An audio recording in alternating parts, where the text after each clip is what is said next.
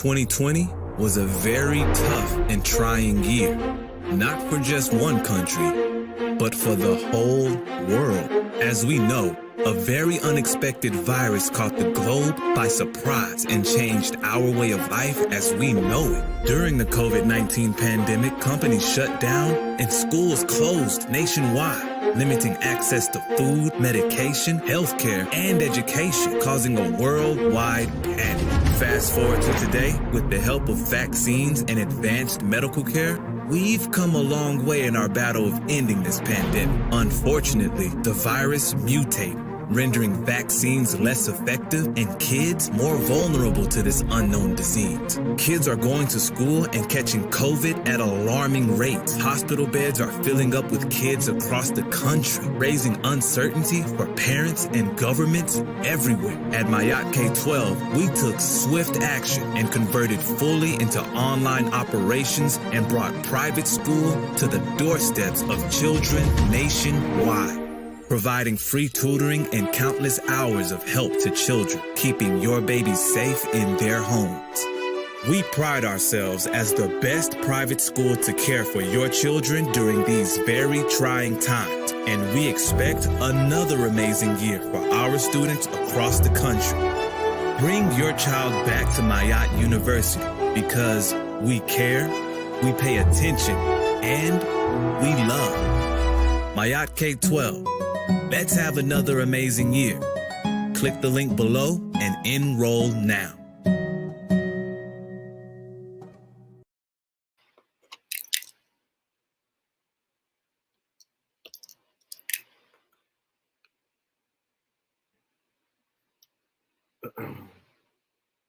Let me know how the audio is.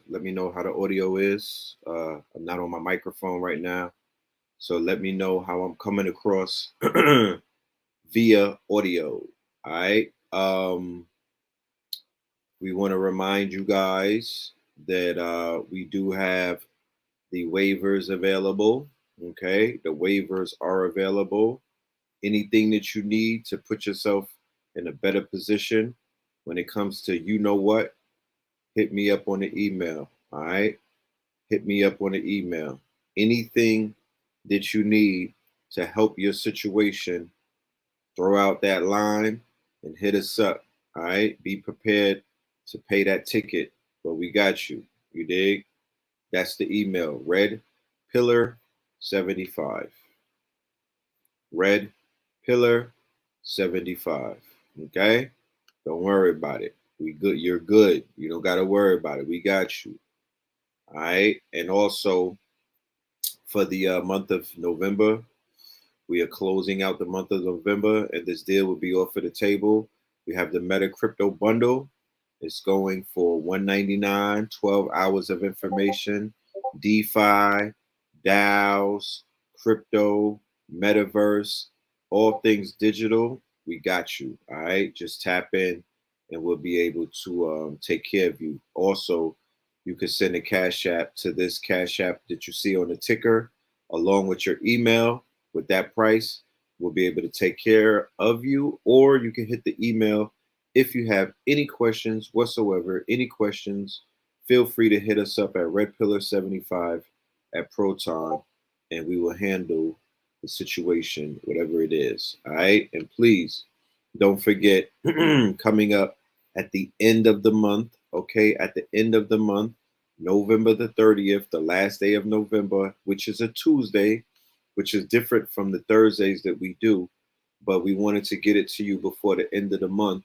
We're going to be presenting to you American Gods number 5. Yes. We all the way up.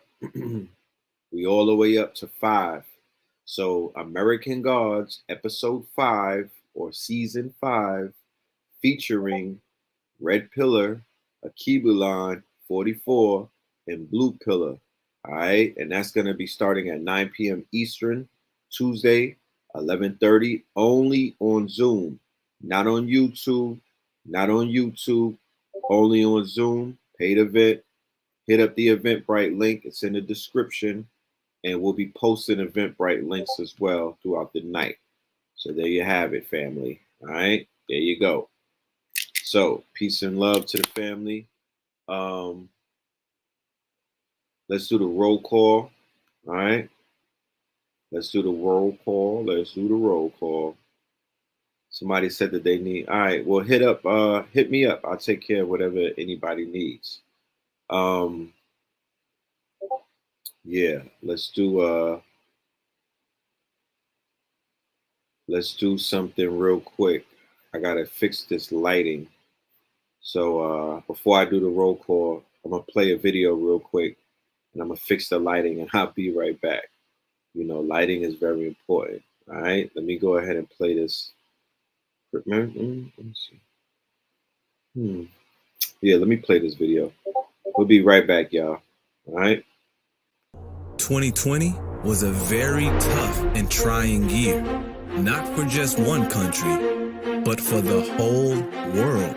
As we know, a very unexpected virus caught the globe by surprise and changed our way of life as we know it. During the COVID-19 pandemic, companies shut down and schools closed nationwide, limiting access to food, medication, healthcare, and education, causing a worldwide panic.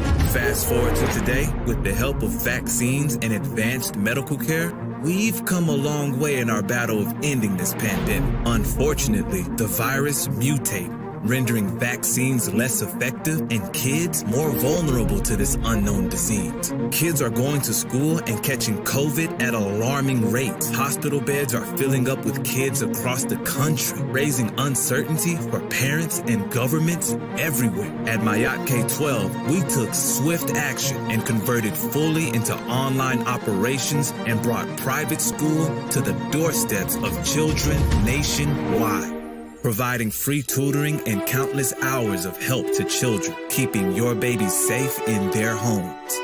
We pride ourselves as the best private school to care for your children during these very trying times, and we expect another amazing year for our students across the country.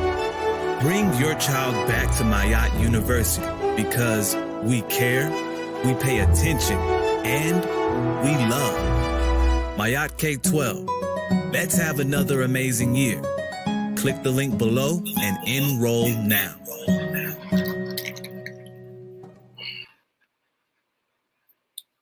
Make sure y'all go ahead and sign up to that Ma'at University. Shout out to all of the people over there at Ma'at University.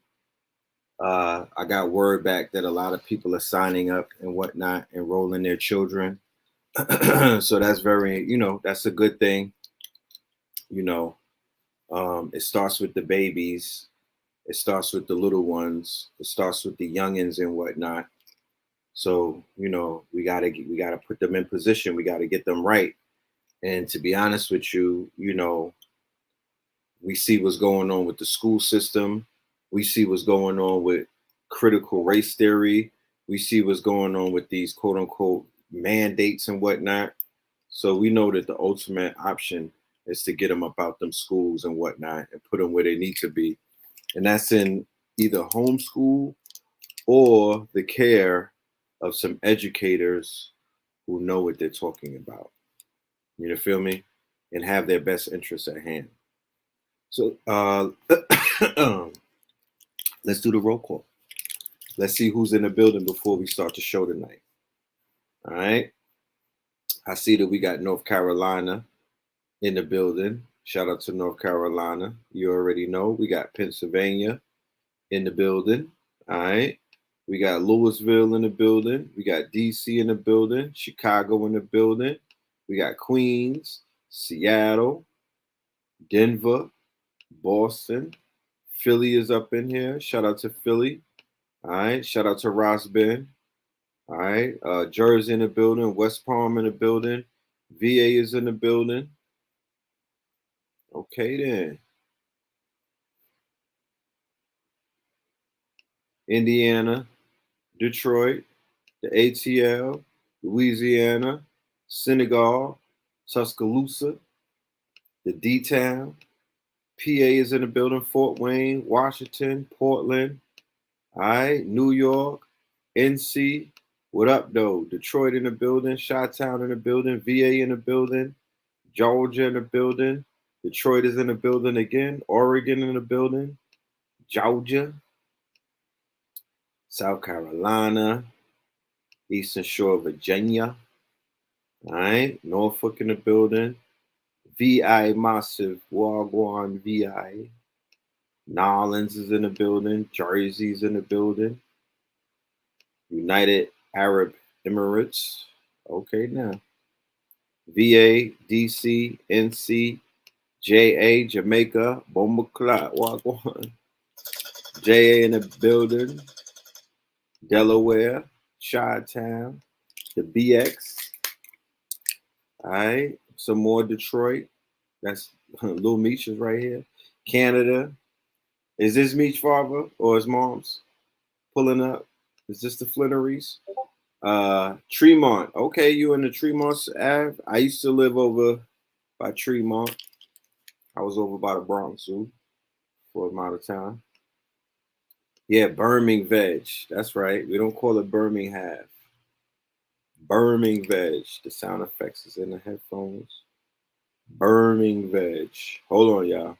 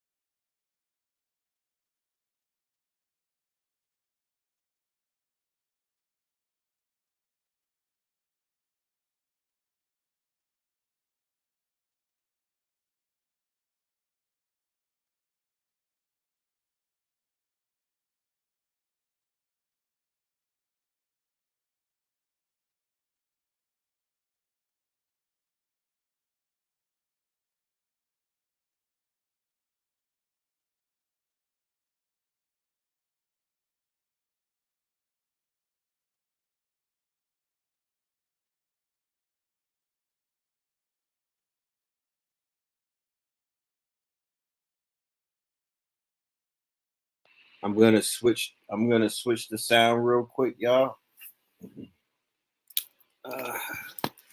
So I can hear my sound effects. That's very important. So I gotta switch the sound. Give me 1 second. I'm doing audio engineering as we speak in real time. This shit is crazy.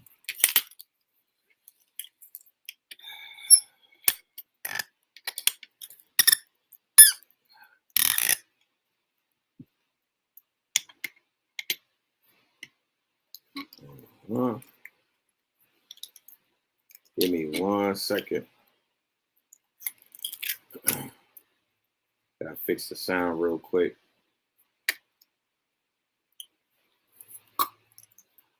Born in the 80s, crack baby.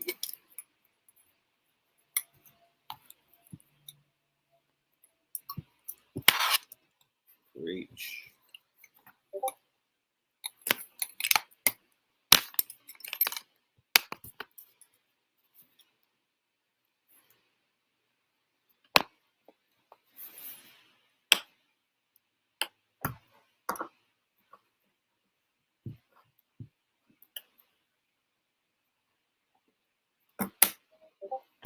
There we go. Check, check.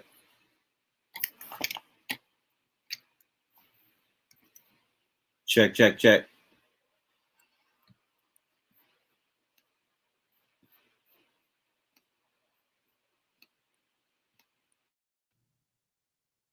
Check, check, check. Hello, hello. To this day.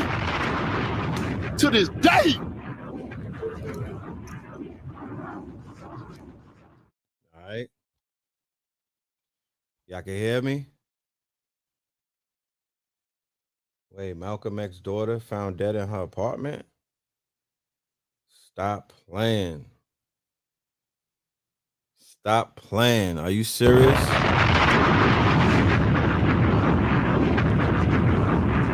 It better not be. Hold on. Let me find out. Give me 1 minute, y'all.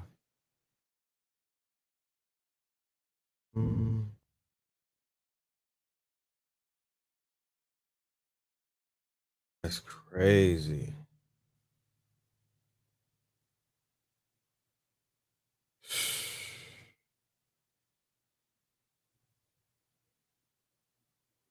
This is breaking news. This is breaking news, y'all. This is kind of crazy. Man. All right, let's go to the story right here. Oh, man.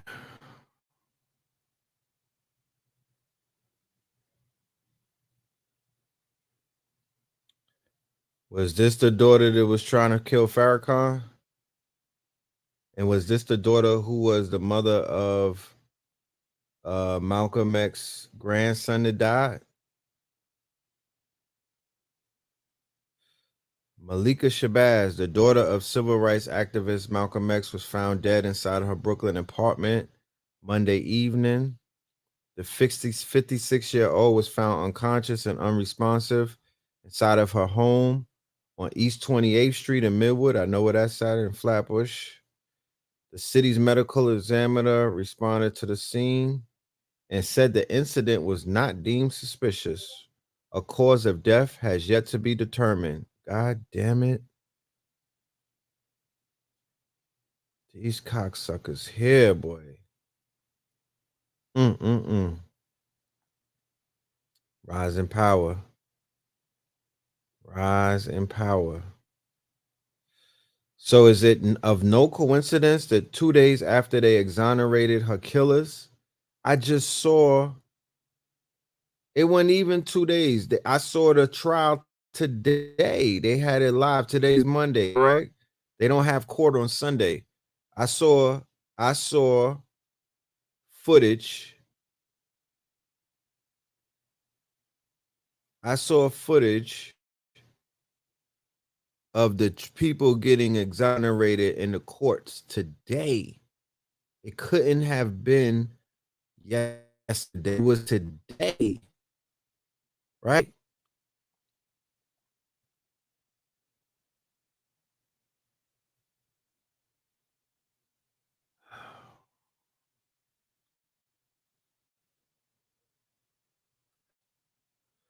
Her death comes just mere days after the two men suspected of shooting the minister were exonerated.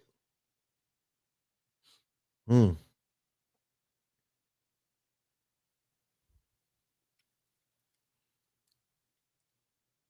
And it's to my attention, it's to my knowledge that they were exonerated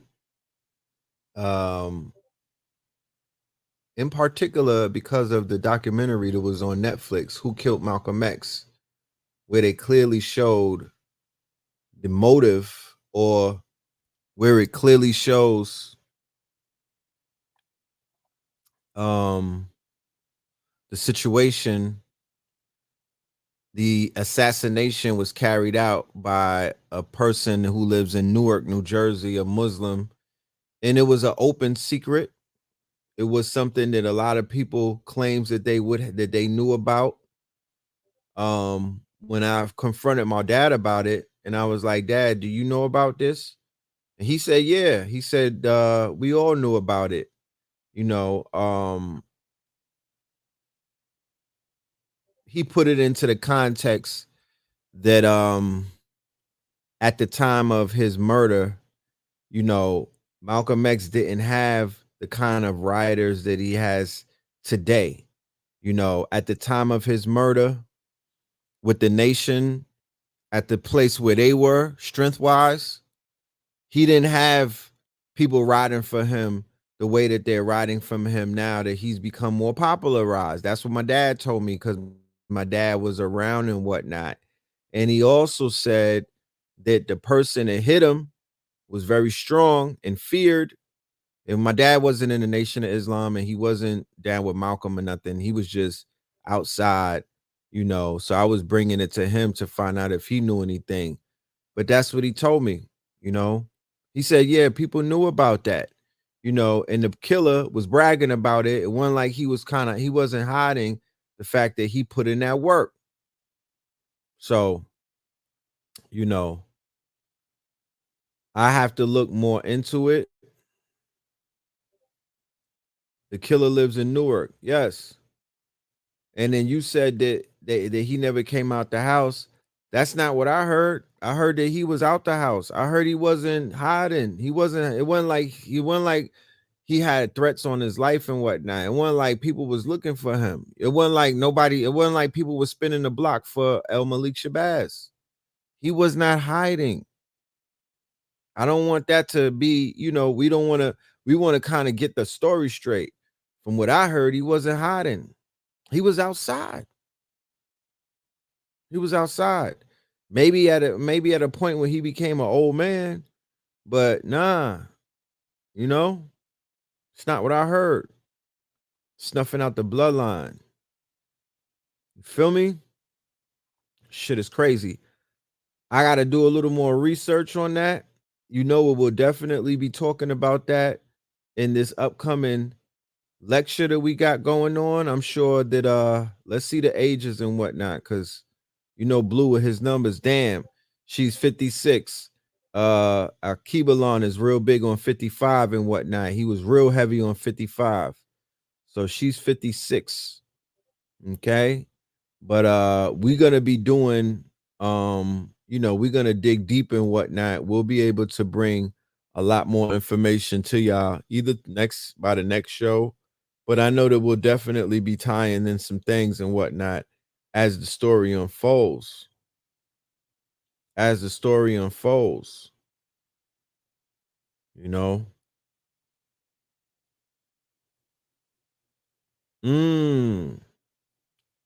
So this was the one that was in the stomach then. If you said 56 years old and Malcolm died 56 years ago, right? Remember, Betty had a baby in the belly. You know what I'm talking about? Betty had a baby in her stomach and whatnot. So we have to figure this one out. I got to do more of the research and whatnot. But if my memory serves me correct, I'm of the understanding that may be the mother of the grandson who got accused of murdering his grandmother, and then later on he died. He got murdered in Mexico. She's one of the twins.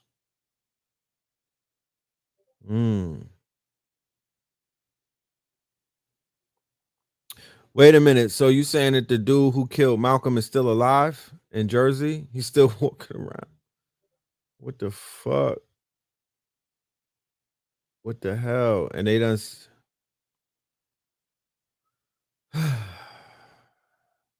We just left the Scorpio portal, but the energy from Scorpio is still here. This is really considered like a cusp day, right?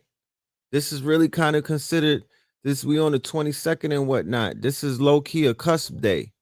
You know what I'm talking about? We not fully out of the Scorpio shadow and whatnot. So that Scorpio, Blue Pill said it earlier. We was on Do the Knowledge Radio. He had his anniversary show. I need y'all to check out Do the Knowledge Radio with Knowledge of God. That's my people's Knowledge Allah, Knowledge Born Allah. That's my people's right there. So I want y'all to definitely tap in with him. He has a honorable platform. He has a refutable platform. We're about integrity and character over here. It's a whole bunch of people that's out there that have no integrity whatsoever. None, not a fucking ounce of it. You know what I mean? So I don't even waste time when people like that. I gotta highlight those who have integrity and character and give them their flowers and whatnot. But Blue just said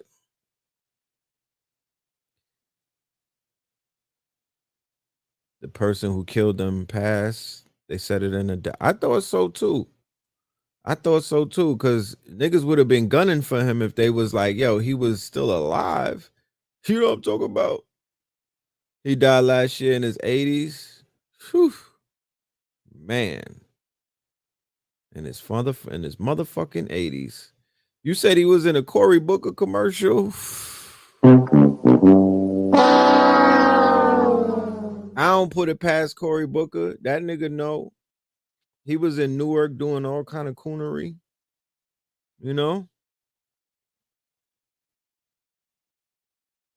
The people started talking after he died, correct? Because they couldn't say nothing when he was alive. He was a real life hitter. And the Scorpio energy is sticking around until spring 2022. Ashe. Ashe. But Blue has said that he could do a whole lecture just on Scorpio season. Not even any other month. Not he don't even got to go back further. He could just deal with what the fuck happened in Scorpio season. This was one of the most lit Scorpio seasons that I could recall in total recall memory. This was a real turned up Scorpio season, bro. You know? You know what I'm talking about?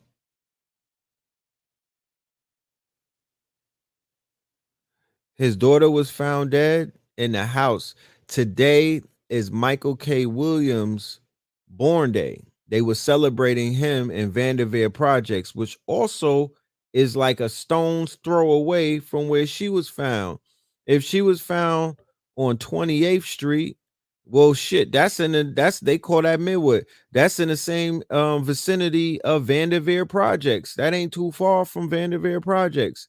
So if she was in Flatbush in Brooklyn and they just found her in the apartment, that sounds a lot like when they found Michael K. Williams in his apartment. You know what I'm talking about? And then they was like, he died of an overdose. But there was a movie that I saw called Michael Clayton. It had my dude George Clooney in it. And I suggest anybody that's into, yeah, you know how y'all like y'all conspiracy theories, to check out Michael Clayton. And Michael Clayton, yeah, Michael K was just turning 55. They said nothing suspicious. Yeah, of course they're gonna say nothing suspicious. You know what I'm talking about? What they gonna say, that there's something suspicious? And the people that's writing the goddamn news and whatnot, they probably they laying in the same bed that the people that's out here killing people. Yeah, he was a fixer. Yeah, he was a fixer. And they showed you in Michael Clayton how they basically create murder scenes and make it drug related. Like Biggie said, he'll shoot you and then sprinkle some crack on the floor, and then it's drug related. Case closed. They don't deal with, they don't look at drug related cases the same way as cold cases and whatnot. You know what I'm talking about? Between the toe, poison injections. Right. They showed that in Michael Clayton. They put that motherfucker in the tub and they shot his ass between the toe, and they was like, yeah, he overdosed and whatnot. So you have to be very mindful of these people who come and knock things off and whatnot.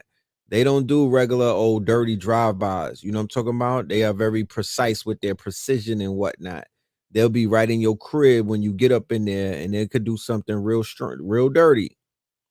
So when it's like, yo, we found somebody in their apartment and they were deceased and whatnot, they could put drugs in your system, right? They could sprinkle drugs all around you to make it seem like you OD'd on that weed lace fentanyl and shit like that. With these new drugs that are out here that are ODing people, man, it's a lot of things that can happen. Word to the wise, please don't find yourself in weird situations. Please don't put yourself in weird situations. Don't be around weird people. You know what I mean? People be on these dating apps and y'all just walk into any old person's house. You feel me? Y'all just rolling with anybody from the club. You know what I'm talking about? Y'all just pull up with anybody these days, and that's not how to do it. That's not, you could get found somewhere fucking with these people that's outside and whatnot. These are some sick, deranged people of all nationalities, of all backgrounds. It don't matter.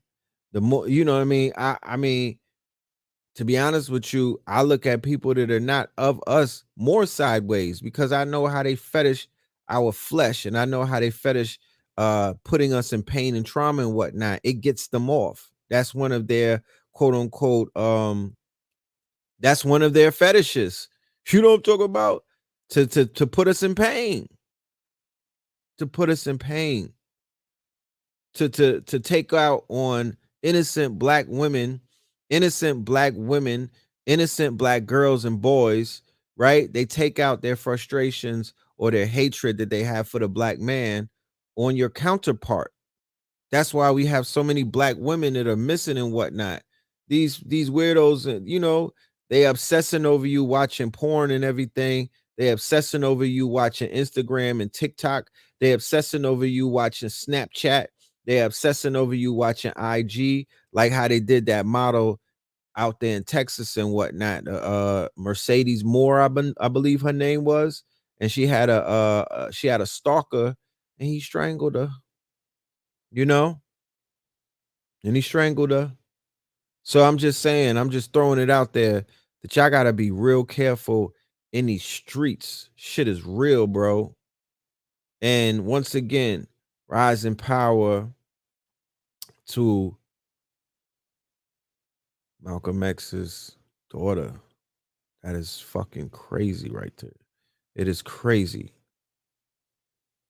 You feel me? Who is Lushu? I don't even know who that is. Pardon me for my knowledge of my lack of knowledge of that person. I don't know who that is. There's a lot of cases going on right now. Yes. Epstein cases took the what's her name? Christine Maxwell. You know what I'm talking about? She's to be she has a case going on, and the media is not covering it the way that they were covering Kyle Rittenhouse and all of those other sensationalized cases. They're not covering this one like that. You feel me? We should have had mad pet detectives all over the Epstein case the same way that they was all over Polite's case, the same way that they was all over Rittenhouse, the same way that they are all over these sensationalized cases. It was a drive-by shooting, or was it somebody who ran into the crowd? Let me know. I heard it was somebody who ran. This nigga ran over grandmamas. He was not playing. I think he ran over some children. You feel me?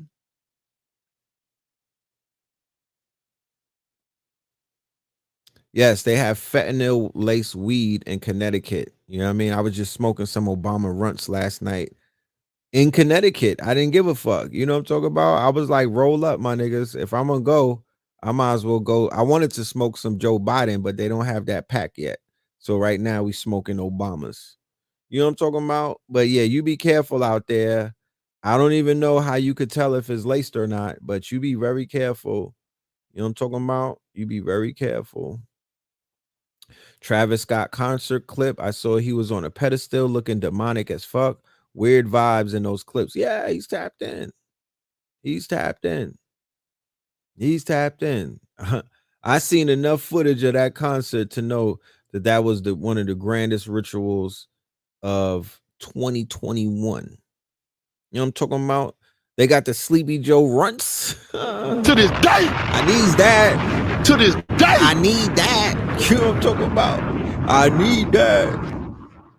I need some Sleepy Joe runts. You know what I'm talking about? I got a feeling that we will be smoking him very soon. You know what I'm talking about? Big packs. Very soon.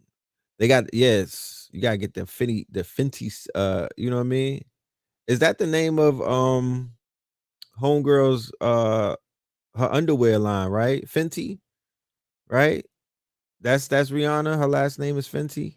Well, the Fetty, that's the fentanyl. You know what I'm talking about? 100,000 overdoses in 2020. They said 100,000, 100,000, right? Wait, what happened? A young lady was shot 7 times coming from her baby shower. Oh my goodness, where was that at? Look, y'all. Waukesha, right? It was Waukesha, Wisconsin, where the man mowed down these people. And it was a black man too. He's a rapper, right? He's a rapper. Okay. I forgot his rap name. I mean, I never heard of him. Was this Travis Scott rituals on Christiana's 66th birthday? Yeah, we're gonna talk about that in the lecture. We're gonna deal with all of that. You feel me? You smell me? We're gonna deal with all of that. You know what I mean? I think everything that you think it is what it was, you know. Like he said, meet me on the other side. And like Blue Pill said earlier, nigga, we on the other side. We on the other side. You know what I'm talking about? Yeah. A brick of fentanyl. Want to change your life? My best advice is a brick of fentanyl. You know, 6 people killed at the parade, 8, 9 people killed at the concert. You know what I'm talking about? Like, my boy opened up a portal in the month of Scorpio. You know, Travis Scott definitely was you know, I mean, think about it. Think about it. Just put this image in your mind. If somebody, like, I don't know if y'all how gory y'all like to take this shit. I don't know how far down the gore ladder y'all go and whatnot, or the gore rabbit hole. But I've seen movies where they've had like sacrifices of, you know, like Rosemary's Baby. You know, they be sacrificing people and whatnot. So imagine a ceremony where they have music. They got the drums playing. They have sacraments, right? Like weed smoke, or you sacraments, like, you know, something burning, frankincense and myrrh.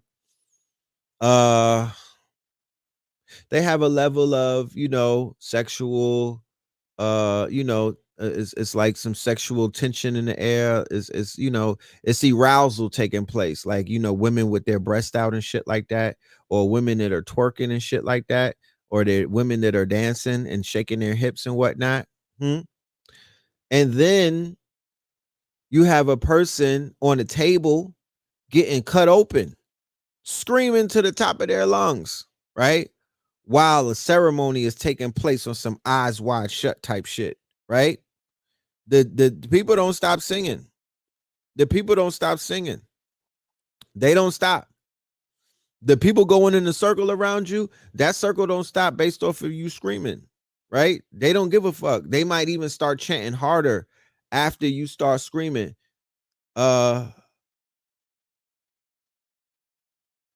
They said they have people screaming while you going in circles, right? While they go in circles around you and whatnot.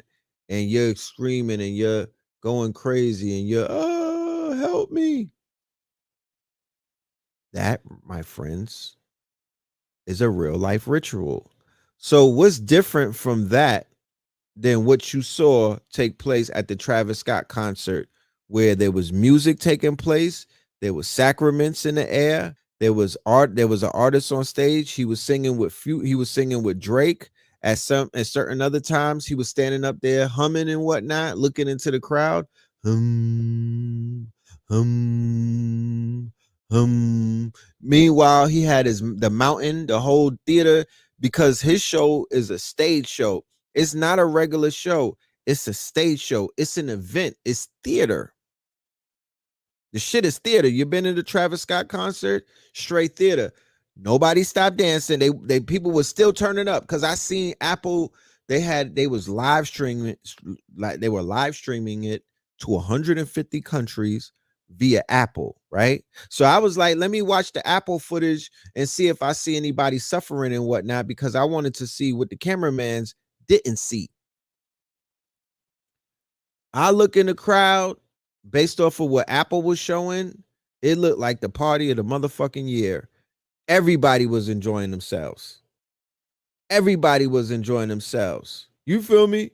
You could still watch the Apple footage. They didn't pull it down, my niggas. You don't see no suffering. You don't see what was going on. You don't see the murders taking place. Yeah, that nigga was up there humming and whatnot. He was spirit cooking.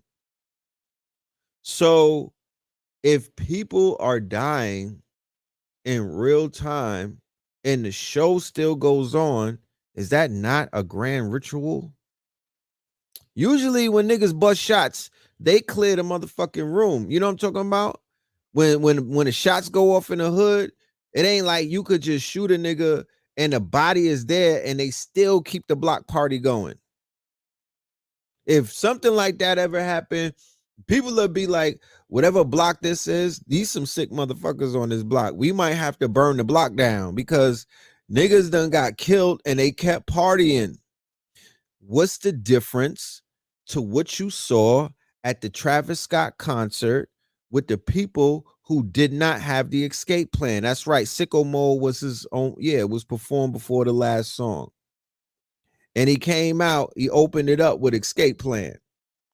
It was a lot of shit going on at the event. You damn right. Yeah, and then the Shadow Man appeared at the top, right? He had the Shadow Man appearing at the top. He had the shit on his shirt where the motherfuckers going through the gate. They blue and then they come out on the other side and they red with horns. Then he had to see you on the other. There's a lot of shit going on. Okay. There was a cocktail of things taking place and whatnot. So I'm like, I want to exonerate my guy. I want to exonerate my guy, but god damn it. You know what I'm talking about? This nigga tapped in. He's tapped all the way in. Like he did a grand ritual. And the results, I don't know anything else but the results. What the results are is 9 people dead. A young black baby, a 9-year-old melanated young man is dead. And 8 other innocent people and whatnot who really just pulled up to have a good time and to turn up and whatnot and to get their rage on and shit like that. I don't even know if they were all on some rager shit. You know what I mean? They just wanted to hear some music and they got cooked.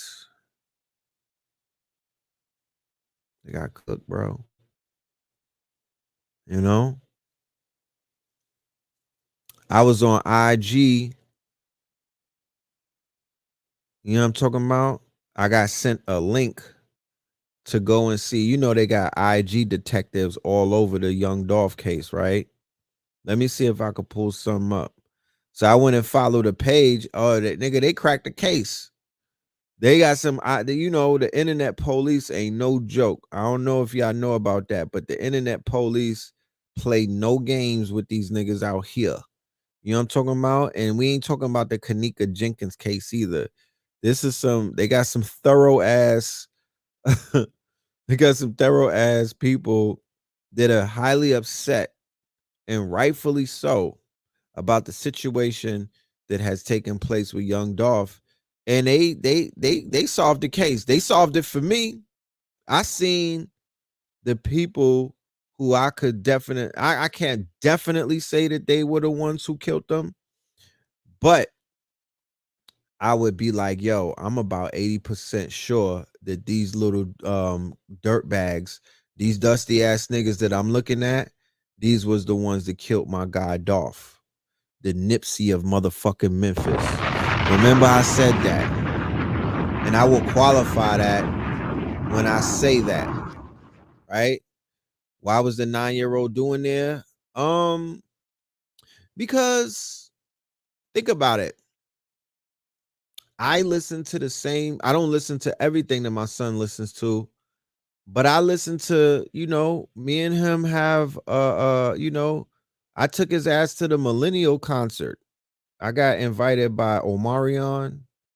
I took my son to the Millennial concert to see. He didn't know who the fuck Omarion and none of these people were. He didn't know who the hell. He don't know who the Millennial. He don't know nobody on that tour. Right? But I was like, you know what? You know, I'm your dad. You know, I'm talking about. I want to try to, you know, I'm gonna give you some culture and whatnot. These are the boy bands, my nigga. And we was at the concert. So the child probably was like, Dad, I want to go. Dad, I want to go. Dad, I want to go. And the father probably was like, he acquiesced and he was like, you know what? I probably want to see Travis too. I would never take my 9-year-old to a Travis Scott show. The millennial shit was cool. And then I told homie, I said, put us in a balcony seats away from these niggas. I can't be around too many niggas. You know what I'm talking about? Not in a concert. I need to be by an exit. I need to be in the balconies, my G, or VIP. Okay. So, but I understand why somebody made that fatal mistake to bring their young ones to a Travis Scott. But my thing is, When the fuck did Travis Scott become a fucking 9-year-old's artist and whatnot? When? Uh, you know what I mean? The content of the music is not for 9-year-olds. But think about it.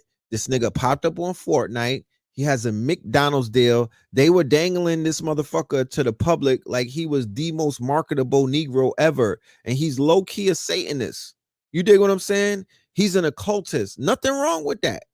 You know what I mean? And not a Satanist. Nothing wrong with being a cultist, dealing with the unknown. I don't have no aversions towards niggas that are tapping into the dark side.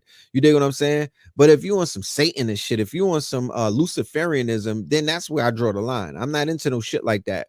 But I'm like, damn, y'all niggas can't find nobody else to be a role model. No, he don't curse like that. But he's talking about well, it's lit. Wait a minute. It's lit. Wait a minute. He's so half of the songs is about girls sniffing coke and turning. You know what I mean? Like, let's just be clear. Let's stop playing. All right. He's not a fucking. He's more than a dark Kid Cudi. He's a dark Ye. He's a dark Cudi. He's a dark version of a few of them. Like, I don't know if he's for the kids. It's not like he's negative against the children, but I don't want to expose no damn children to the Travis. You know what I'm saying? Travis' daughter was there. She's younger than 9 years old. That's his daughter, though. That's his daughter. It's different. People have their children pull up to see them fucking perform. He's a dark Drake, a dark ASAP Rocky. He's remember in the Ye interview, Ye summed it up. He said Travis Scott is a composite of me, Kid Cudi, and ASAP Rocky. He's a conglomerate. He's a composite of all of them, and he's the darker version of them. And then remember, he distinguished himself from Drake and Travis Scott in the Drink Champ interview. He said, "I'm over here with God. Them niggas is over there with somebody else. It ain't the God that I'm worshiping." You know what I'm talking about? These niggas don't belong to the ministry. Kid Cudi wearing dresses. You seen it. You seen them niggas wearing nail polish and everything. You'll see it. You know what I'm talking about? You know what they on. You know that. You'll see it. So back to the Dolph situation. Let me see if I got the page. I'm out here snitching. I'm gonna solve the case too. You know what I mean? F that. You know what I'm saying? And to be honest with you, it go back to what I initially said about the situation. I was like, look, Soldier Boy has something to do with that. Right? Soldier Boy got something to do with that. I promise you, when it all comes to the light, I don't know about Yo Gotti per se. I'm gonna roll the dice and say that it's gonna go back to something that Soldier Boy might have some. I think Soldier Boy was the one that dropped the bag. Soldier Boy definitely ignited. He ignited the fuckery, right? It probably was dying down. But when Soldier Boy started infuriating the situation, it's almost like picking at a scab. You know what I mean? And then who knows what kind of conversations he had in the inbox with dusty niggas who live out there in Memphis, and they do what do? They do what you call it? These niggas do contract hits. You got dusty niggas that do contract hits. They need the money. They want to get on. Right? So my spirit is telling me, yes, and Soldier Boy is looking real crazy on his whatever coke, whatever drugs he's on. Nobody cares about that nigga because there's no intervention. The niggas is not telling him. He's out here. He's a bag of bones, right? He look like he don't eat nothing but cocaine, and he's clearly on some type of hard drug. Clearly, like, let's stop fucking playing games. This nigga's a dope fiend. He's really on some bad stuff. He's looking horrible. So for me to say, would Soldier Boy be responsible or I would say that he infuriated the beef. You know, when you kick a hornet's nest, Dolph already had a bag on him, right? He already had a hit. Niggas already had a bag on him. They tried to kill that man 2 times already. 2 times. 100 shots.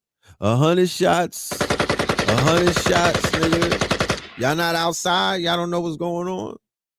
What about Yo Gotti? Yo Gotti was the nigga that put the hit on him. But Soulja Boy infuriating the beef. He brought the beef back to the forefront. The Breakfast Club flew this dirty nigga all the way to New York to interview him about the beef.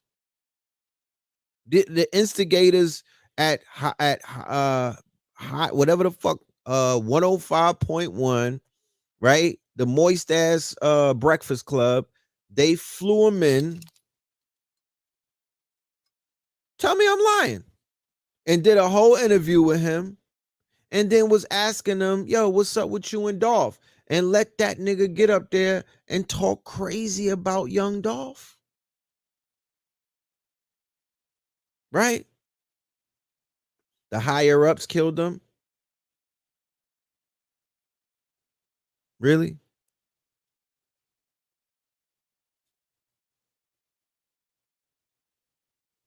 The higher ups. That's what happened. I heard one of his artists saying that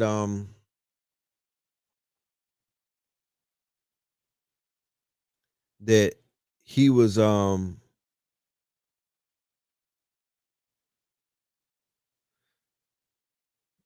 about to own Empire Records, right? Yeah, he threw gasoline on the fire. That shit was dying down. They tried to hit him up. Yeah, they tried to hit him up and it didn't work. He survived it. So it's like, once you survive 2 or 3 shootings, what the fuck? Niggas is still coming after you? So this is the page, right? This is the page. They doing their detective work and whatnot. So this was the house. Let's go down the rabbit hole. You know what I mean? Fuck it. It's public information. What was his streaming numbers look like? Who cares? Who cares? He was getting money. He was getting money. Nori was telling Dolph to stay out of Memphis. The nigga got shot in LA, and he got shot. He got shot in LA, and he got shot up in North Carolina at the basketball shit. 100 shots. They shot his van up 100 times.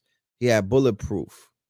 You telling niggas to leave their home state? He got shot in 2 different states, bro. You feel me? So if somebody told me, yo, leave your state, but I got shot in 2 different states, I'm gonna say, fuck out of here. I'm staying home, nigga, where I feel more protected. The streets ain't gonna let me down. The streets not gonna let me down.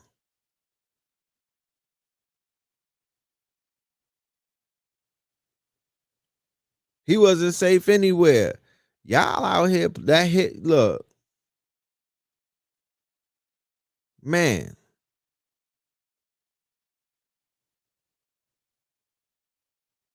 He charged that hit up with that negative energy that he got. I don't know if y'all tapped into this nigga's energy.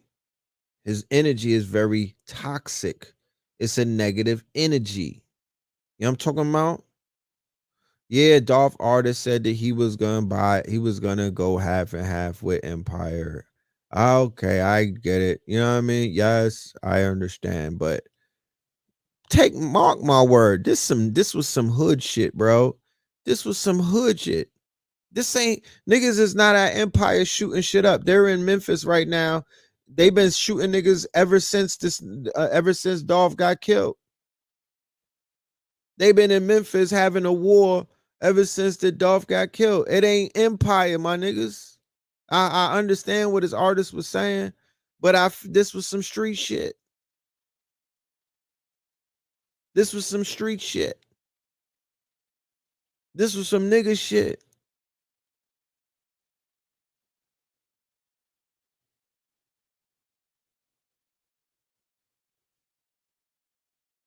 Yeah, he had one of them he had a John Wick contract on his head. So the contract might have come from Gotti, right? Based off of the little beef that they had. But the conjuring, right? The conjuring of the demons to be on demon time, the conjuring, putting him back on the plate in front of all of the people who are out here starving and thirsty right now. Do you understand when somebody puts a hit on you in a city where the motherfucking median income is underneath 50 racks, my nigga? Are you serious?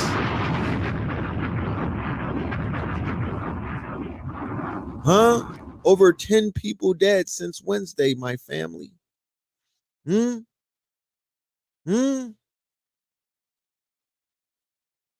Over 10.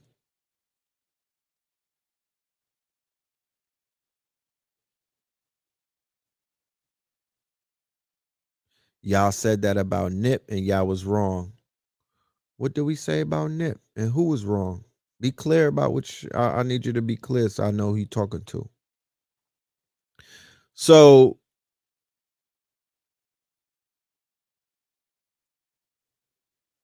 yeah, all of this is allegedly, right? Allegedly.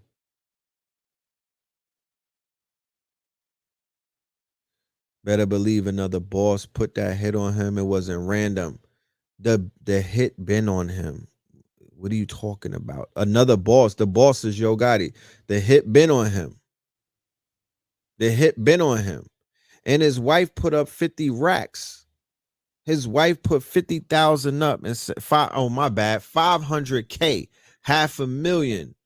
She said, fuck all of that bullshit that you niggas, we ain't waiting for Benjamin Crump of you niggas. I'm putting up 500 racks. That'll get you niggas to talk. That'll get you niggas to talk. And that's what exactly, and people start talking. Niggas is talking, right? So the internet detectives, right? The internet detectives, we call them pet detectives where I'm from. They went ahead and they pulled up mad receipts. This is the house in the background where they found a getaway car, right? And this is the artist right here who they like, yo, this nigga got something to do with it, okay? And as you can see on the page, they go through slide after slide after slide. He got hit with a chopper. They shot his ass with a machine gun and whatnot. Here's one of these dudes with the machine gun in the picture, right? They had a chain from his group that they snatched. Sounds a lot like the Tupac shit with Orlando and whatnot, where they snatched a chain. So it's a nigga running around wearing the chain from one of the artists of his label that they snatched and whatnot. And y'all know how that be going. Then there's a composite of a hat, right? They go to shooter and whatnot. They go to dude that they're pulling up on, and they like, this is one of the shooters, and he has the same hat on, right? Don't wear your old shit when you're going for a drill, retards, right? Here goes Soldier Boy, and here go the artist, right? Okay. So they're showing you a connection through Soldier Boy and the artist and whatnot, that he already was familiar with the artist, right? Because you got artists that link up with other artists. Here goes the live where Soldier Boy is putting the hit out, right? There goes Soldier Boy right there. Damn, I thought Dolph was bulletproof, right? That's what he's saying. And they on the live joking and whatnot, right? They go Soldier Boy with the fuckery, right? I got $1 million cash, send the Addy, and that shit will get aired out. How, Sway? Take a few steps back to go. You ain't got the answers, man. You ain't got the answers. So with these new rappers, they don't put in the work. They put the money up, though. They don't put in the work. They put the money up because it's a lot of young niggas out here that are very hungry to get on. It's a lot of young niggas that are trying to get on. It's a lot of young niggas that are trying to get on, and they'll put in that work. Like what you saw happen to Pop Smoke, like what you saw happen to a whole bunch of people and whatnot. So the rappers are not putting in the work. The rappers ain't pulling the triggers, but the rappers is putting the money up. The rappers are putting the money up and they putting bags on niggas' heads. That's what they're doing. Yeah, we talked about Malcolm X's daughter a little while ago. Rising power to her. You know what I'm talking about? I still love y'all. I don't need you to love us. You know what I'm talking about? I don't that's that, you know.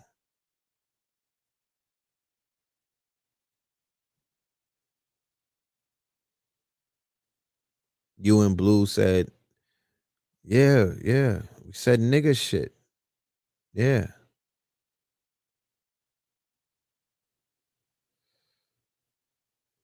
That be I still love y'all. No, we're not doing that. You know what I'm saying? I don't even know you like that. Who are you? You're not rocking me to sleep with that I still love you shit. I'm good. Yeah, R.I.P. Malika. You know? Young Dolph sadly dies, but 6ix9ine lives. Phew. You know what I'm talking about? But we know this. Let me show you this. We know that this is that there's a relationship taking place between the streets and the feds. You know, going all the way back to Malcolm X's assassination. If you want to go and follow this person, if y'all want to go snoop around and whatnot, you know what I'm talking about? Nia Nicole 21, whoever that is, they out there being you know, they out there solving shit. You know what I'm talking about? They out there solving shit. But we know that the feds and the streets are tied in with each other, right? The FBI and other agencies paid informants $548 million in recent years, with many committing authorized crimes, right? The DEA employed 18,000 informants, some earning up to 1 million. Each year, thousands of confidential human sources are on the payroll. A few informants became millionaires, with some Amtrak and parcel delivery workers making nearly $1 million or more. Many informants were authorized to commit crimes with the permission of their federal handlers. White Boy Rick. In a 4-year period, there were Whitey Bulger out of Boston. You saw the movie Departed, where they showed you how the FBI was allowing this motherfucker to commit all kind of crimes and whatnot. I believe he was played by Jack Nicholson. Many informants were authorized to commit crimes with the permission of their federal handlers. In a 4-year period, there were 22,000 crime authorizations. The FBI paid approximately $294 million. The DEA paid $237 million. The ATF paid approximately $17 million to informants. Now, some of your favorite conscious teachers who be out here acting a fool and whatnot, I said it before, these are informants. They got approached somewhere down the line, either through their paperwork, or they got approached in their court cases, or they got approached somewhere and they got that motherfucking offer and they took it. I promise you. And they took it. And this is bigger than Al Sharpton. These are modern day conscious people, that these dudes that are running around. You know what I'm talking about? These are feds. They're not federales. They work for the feds. They work for the feds. You won't know about it. You won't know about it until later on down the line. So when it comes to the Nipsey Hussle murder, could the feds have been behind that? But of course. Could Shitty Cuz have got a direct edict from the feds? But of course. The feds was okaying niggas to whack our own people off, going all the way back to Malcolm X's days, going all the way back to Fred Hampton days, going all the way back to COINTELPRO. They've been cutting the check. They're in bed with the streets more than they're in bed with people who's supposed to be righteous and whatnot. But we know when it comes to righteousness, you know, motherfuckers be tiptoeing, and there's a thin line between being righteous and still being from the streets, especially niggas that came from the streets. Let's be fucking clear. You see it in the TV show, although it's fiction. Godfather of Harlem, with the relationship that you seen with Malcolm and Bumpy and whatnot. People who came from the streets, they still have relationships with the streets. Okay. But there's motherfuckers that are out here working with the police. It's not just Tekashi 6ix9ine. It's not just Tekashi 6ix9ine.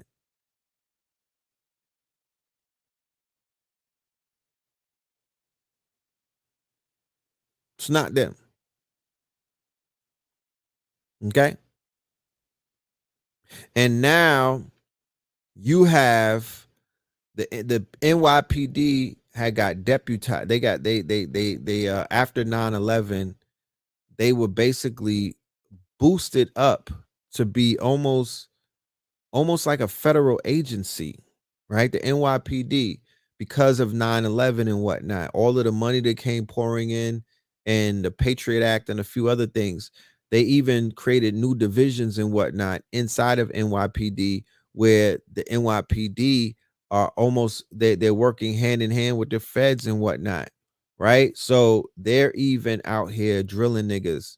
They're even out here catching stains and whatnot. They got hitters, my nigga. The Haitian Jacks of the world. Remember when Tupac outed Haitian Jack and he was like, dude, you work for the feds. Yeah, the feds got face tats, my nigga. The feds got face tats. They hopping out of Cullinans. They hopping out of Bentleys. They hopping out of Rolls Royces. You understand what I'm trying to explain to you? This is some federal shit going on.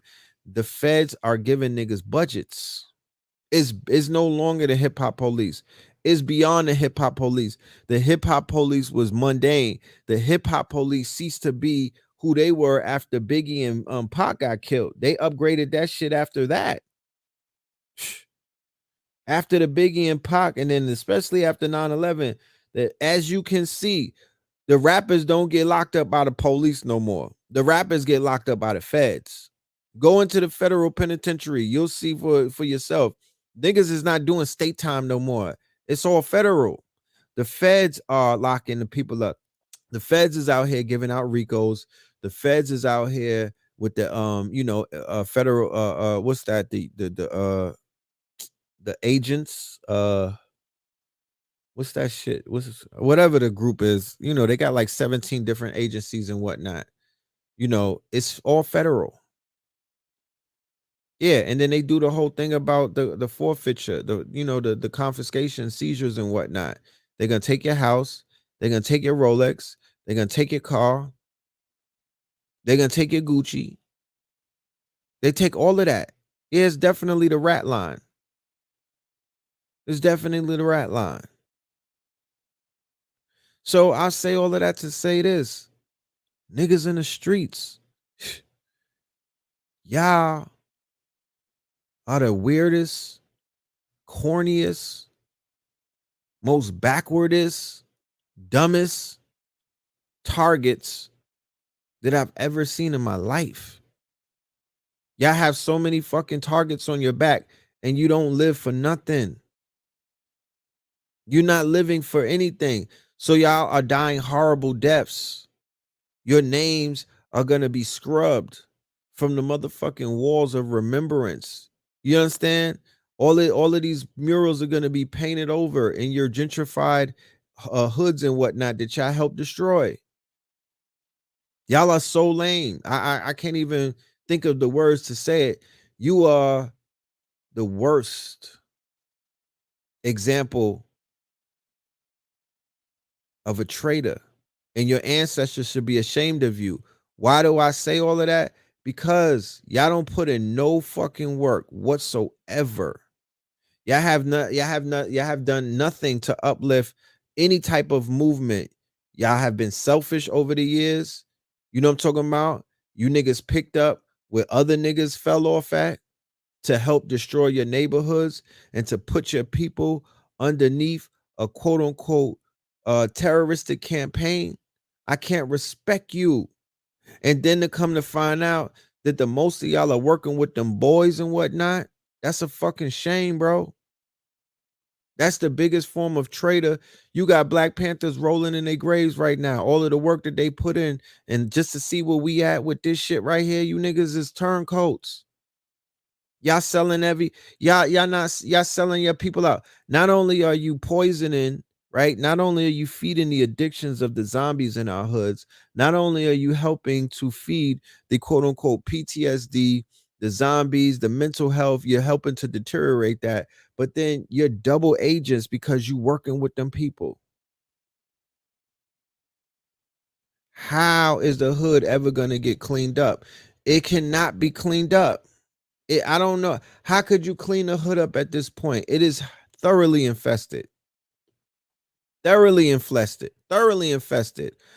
What it's gonna take 5 or 6 generations if niggas even talk about cleaning shit up. Thoroughly infested. Who can you trust? Honestly, who can you put your trust into? Who has your best interest in their hands in our hoods? Who? I love my niggas from the hood. Let's be clear. I love my niggas because that's where I come from. I come from outside. Some of the greatest minds are in the federal penitentiary and whatnot. Some of the greatest minds are sitting in trap houses right now, confused as fuck. They don't even know why they're there. If they smoke enough weed and whatnot, they start thinking about, why didn't their ancestors, they say they start feeling paranoid and they get the heebie-jeebies. Well, that's really your ancestors hovering around you, trying their best to whisper into your ears and whatnot, but you kind of got them blocked off and whatnot. You feel me? That anxiety that you're feeling is the fact that you're in the wrong place. Because when you're in the right place, you don't feel like that.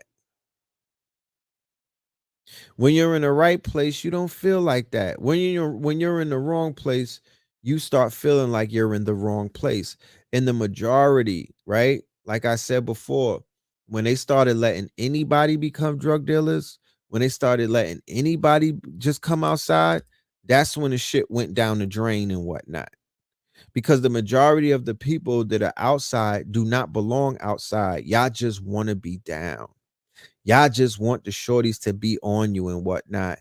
You niggas are squares trying to fit yourselves into circle pegs and whatnot. This is not your life. You're cosplaying real niggas. You're cosplaying gangsters, and you niggas don't have gangster bones and whatnot. You know this. You know this. This shit is musical chairs. Your older brother and your cousin and your uncle, they was gangster. And they doing triple life and whatnot. And you niggas picked up their fucking G-Unit tank tops and then you try to become them. You're not them. You niggas was followers before Instagram. How about that? You was watching all of them fucking DVDs and VCRs about the old drug dealers and whatnot. But y'all skip past the last part because all of them niggas either became informants or they got knocked and whatnot. There's no future in this shit.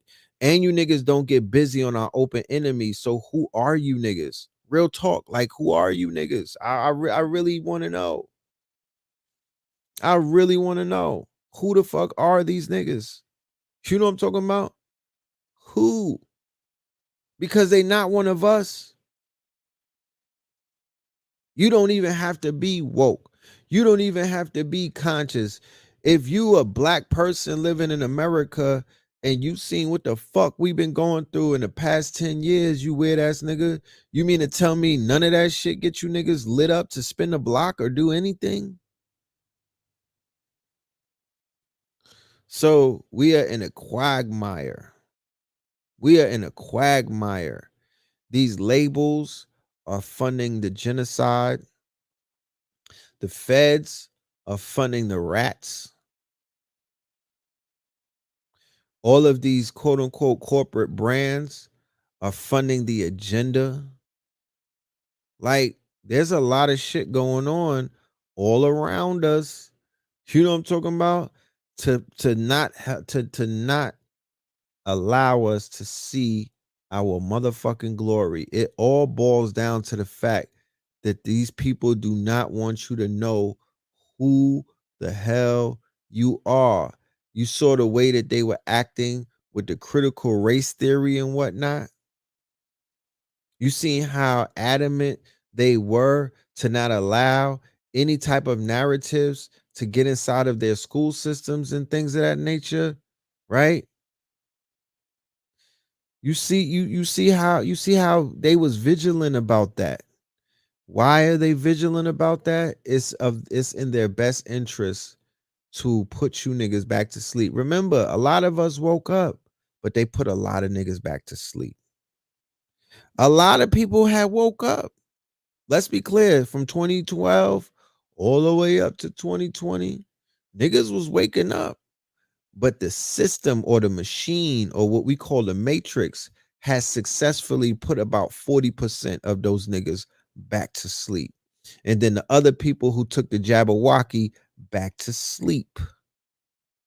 And then they turned up the quote unquote music. They turned it up another level of niggatry where they started ushering in the what they edify whole culture when they dropped WAP, right? Remember when they dropped WAP, right? Wet ass, you know what I'm saying, right? Wet ass pussycat.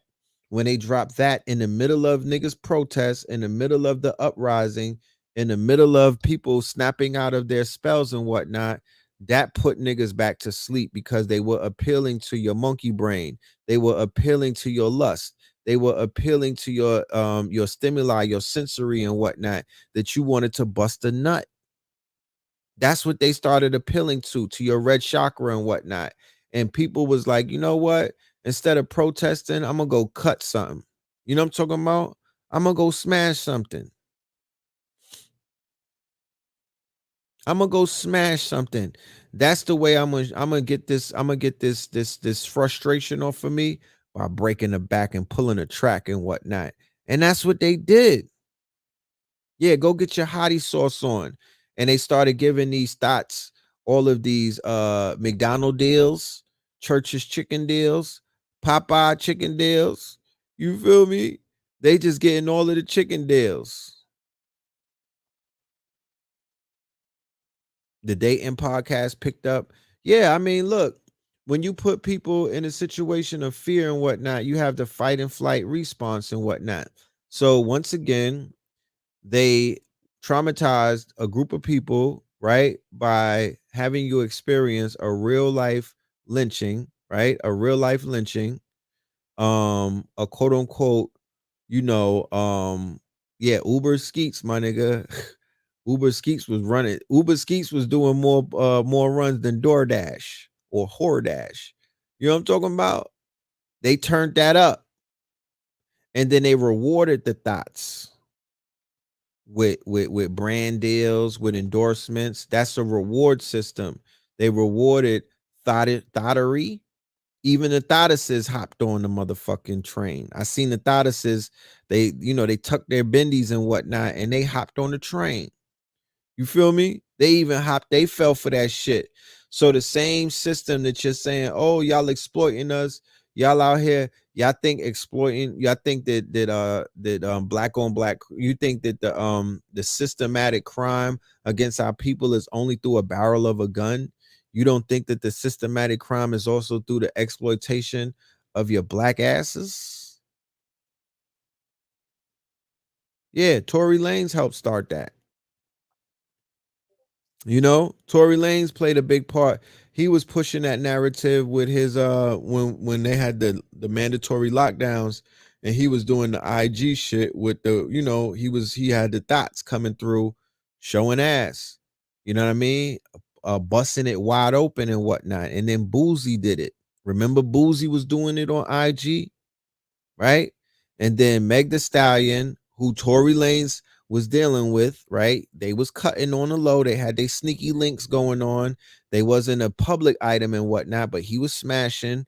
Then she pops out with Cardi B, and then boom, right? Yeah, IG and OnlyFans, which was going brazy as well. And then boom, the energy shifted. The energy shifted. So when the energy shifted, the attention shifted.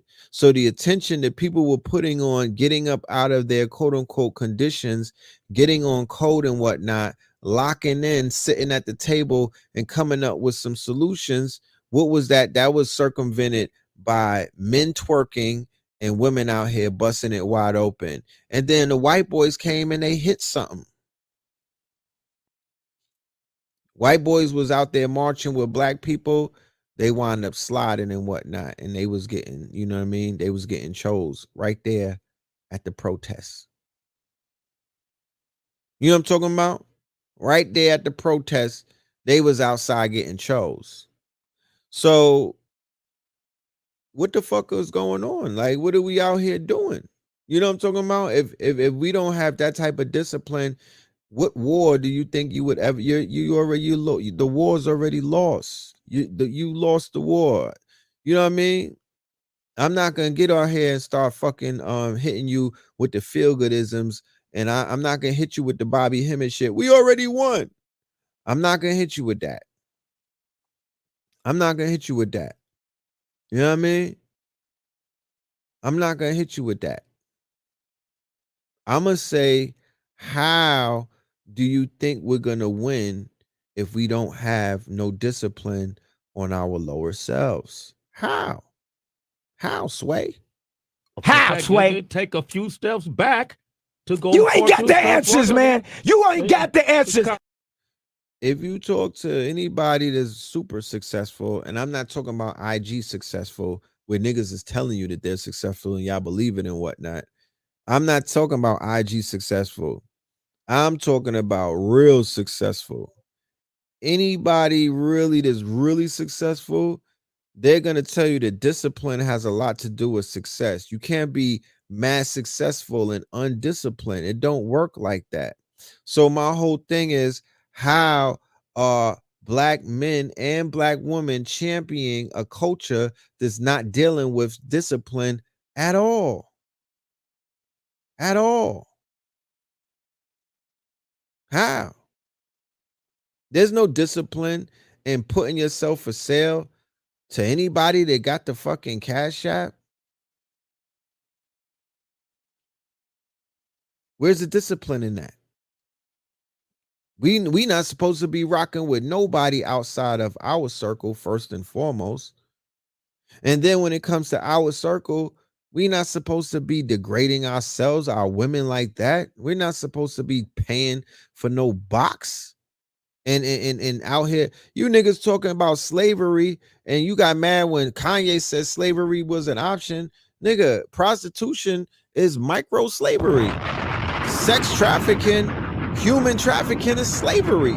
They were human trafficking our women, and then they had them on sex farms. That grew into prostitution when niggas had them in stables and whatnot. What are you talking about? What are you talking about? They out here selling little girls and little boys and whatnot. It's called human trafficking, but that's called sex slavery. What are you talking about? The conditions that they had our people on when they was buying them and whatnot, they was buying little girls and they was raping them. They were buying little women, little girls and women and whatnot, and they was putting them in whorehouses. That's the same shit that we see going on right now. And it's the fact that because of fight and flight, you niggas don't want to fight, so you're going to do the other F. You're going to flight. You niggas is running, they're fornicating, they're feasting, but they not fighting. They fighting each other though. They fighting each other. That's why the murder rate skyrocketed after the protest and whatnot. You have something called the Milwaukee effect. Go and look it up.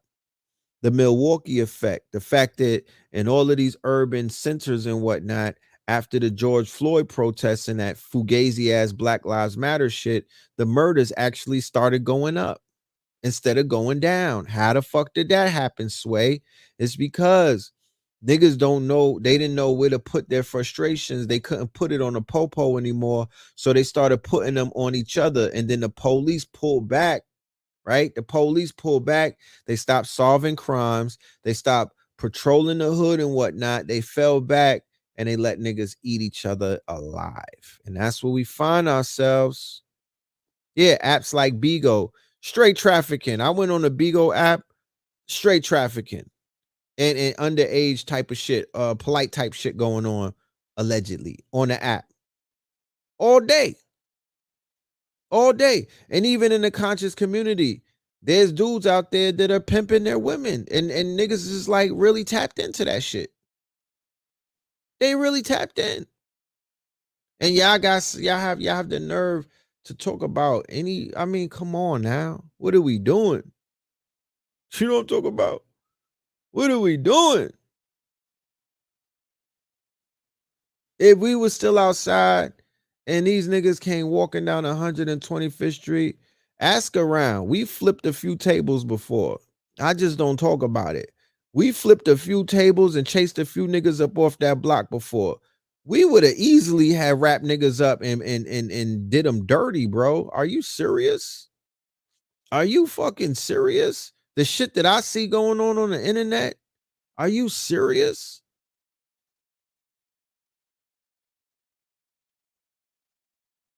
It's niggas in this community selling women. And y'all don't have a problem with that. You know what I'm talking about? Milwaukee has the highest pimping industry. Damn. Bigo is the video version of 4chan. Shit. I don't even be on there like that. I just pulled up on that like one day. And by the end of the day, I was like, what the fuck is this shit right here? It was all kind of trannies and all kind of shit going on that. It was looking mad crazy.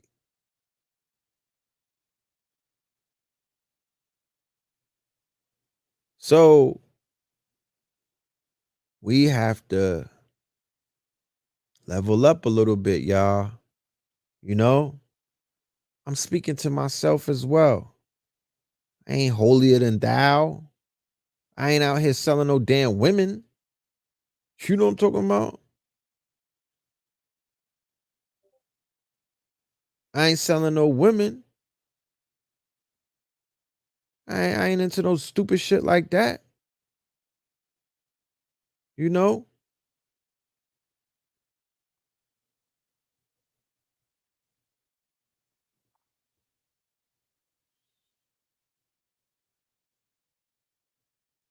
And I'm of the overstanding that your body, your choice. Everybody's grown and people make decisions. And women is into adult entertainment along with men. And I'm not stopping anybody from being a part of the adult entertainment world. If that's what you into, then that's what you into. I'm mostly speaking about the people who are in this community who are always judging everybody else, but y'all let shit like that just slide. Yeah, y'all entertain things like that, you know? But it is what it is. Like I said, if this is what you want to do, feel free to do it. But I'm pointing out some of the shit that I seen, and it just needs to be spoken about. You know? The streets don't love nobody. Right? The streets don't love nobody. Even when it comes to sensuality. I'm a proponent of, you know, we have to be sexually expressive. I'm a Scorpio. Don't ever think that I'm gonna just sit around and suppress my sexual nature. You understand? Because when you suppress your sexual nature, it could turn into a perversion. You can't do that. You got to let that shit breathe. But I was always of the mind state of whatever happened to belly dancing. You know what I mean? Whatever happened, you know, to whatever happened to like some orderly type of sensuality. You feel me? Not that shit that you see at motherfucking Foxy Lady. What about raising the bar? What about raising the frequency? You know, I'm not a fucking I'm not a Bible thumping Christian. I don't think that being nude is a fucking sin. I'm not afraid of a naked body. You know what I mean? I'm not ashamed of nakedness. That's not our problem. It's the fact that we don't have discipline. That's the problem. You could be as naked as you want. You could be as sexual as sensual as you want. You just have to have discipline though. There has to be a motherfucking, you got to have some type of limit. You got to have some type of discernment. Like, nah, I ain't with that. You know what I'm talking about? Because if you with everything and anything, then goddamn it, what the fuck? What is all of this shit worth? If you're with anything and everything, then all of this is for naught. All of this is for naught. Okay?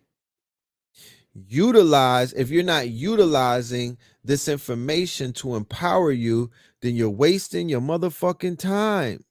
And there's a way to empower yourself with this information and still be a heaven on earth, or a sacred whore, like Bobby Hemmett talked about. There's people like that that's walking around. Ain't nobody fucking judging you. You know what I'm talking about? Ain't nobody judging you. What I would love everybody to understand is the power of their sexuality, the power of sex magic, the power of their quote unquote gonads or their reproductive organs, the power of sacred bonding, the power of tantra. You know, some of these things should be taught. They don't teach that on Pornhub. They don't teach that on WorldStar. They don't teach that on all of the other places where we get our senses stimulated and whatnot. So there needs to be somebody that comes along and interjects some form of upper fucking room education when it comes to how to teach our men and our women how to deal with an energy that's more powerful than them. That's all I'm saying. That's all I'm saying. We would fare better with self-mastery. That's all I'm saying, on some big homie shit. That's all I'm saying. I've been a victim of not being a master of my lower self, and that shit did not make me feel empowered. It did not make me feel better about myself. It made me feel lower. So I'm like, if I feel like that, I can imagine how my peoples be feeling and whatnot. So what the fuck do we got to do to get ourselves out of the fucking sunken place and feeling ashamed and whatnot, and feeling like we're sabotaging ourselves and not feeling ourselves? That's because we are falling into this motherfucking lust rabbit hole, and that shit'll take you places where you don't need to go. Okay?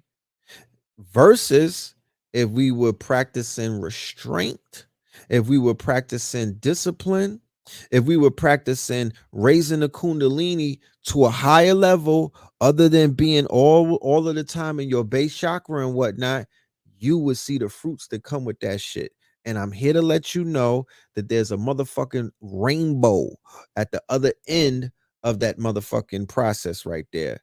But you need discipline. It's called discipline. It's like not skipping leg day type shit. You know what I'm talking about? Discipline. The rappers are not teaching. Unfortunately, Lauryn Hill was on the motherfucking way to teaching us some shit. It was like she had some lessons for us. You know, Erica Badu and a few of them, you know, they throw gems out there every now and then. But the music overall, the entertainment industry that the small hats are in charge of, and they push debauchery. They push super duper low level shit, right? They're not interested in you being a they're not interested in you mastering your lower self and whatnot. They're not interested in you mastering your sexual nature. They're not interested in you not being quote unquote in your motherfucking monkey brain all of the time. That's not one of their interests. They found a way on how to capitalize off of you always being in your lower self. Henceforth, they're the ones in charge of San Fernando Valley and a lot of other places that the energy is wild low, right? And I'm here to let you know that the abductions that you see in your hoods or in your states, they are directly tied to men and women being not in control of their lower selves and the enormous access that they have into the sex industry, and that's causing the perversions, that's causing the fetishments, that's causing these motherfuckers to go out here and be on some sick shit. Okay? And just the fact that they hate you. And the fact that they've put black people in the news in the past 10 years as victims, right? With this whole race baiting thing, they've given a rise to the ops or the other side and whatnot to even ramp up the murdering, the torture, and all type of other things, especially of black women, because that's who they are after. Look into Canada and see what they did to the Indian women. Okay, they're finding mass graves to this day of indigenous women and whatnot. That's what they did over there to them.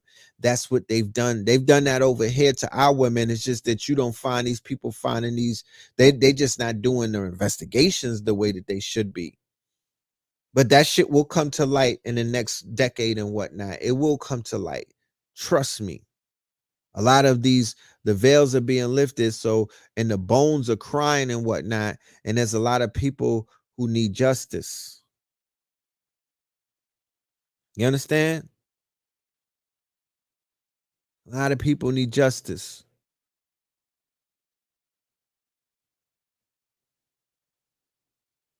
There's nobody that's going to police our neighborhoods at this point but us.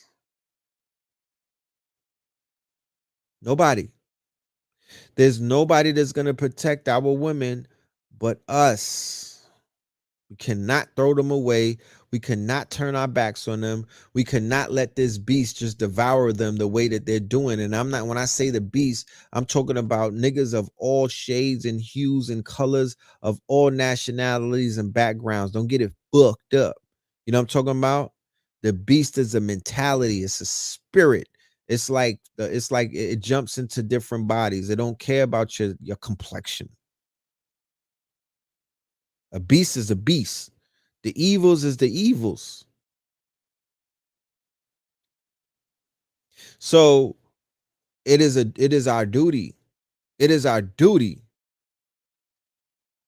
It's our natural born rights and our duties to protect our own, yo, at this point. We don't have nothing else to fucking lose. You know what I'm talking about? We don't have nothing to lose, and we have everything to lose. You feel me? My spirit is telling me that there's been foul play behind the murder of Malcolm X's daughter. That is a fucking sacrifice. To this day! To this day! She was probably going to come forward and name the culprits behind his assassination. She probably had the information about who was really behind the assassination, being that they want to exonerate the killers and whatnot. Well, who the fuck killed them? Because he's dead. Who the fuck killed them? Because he's dead. And it wasn't just one man that killed them. It was a whole group of people that killed them. Right?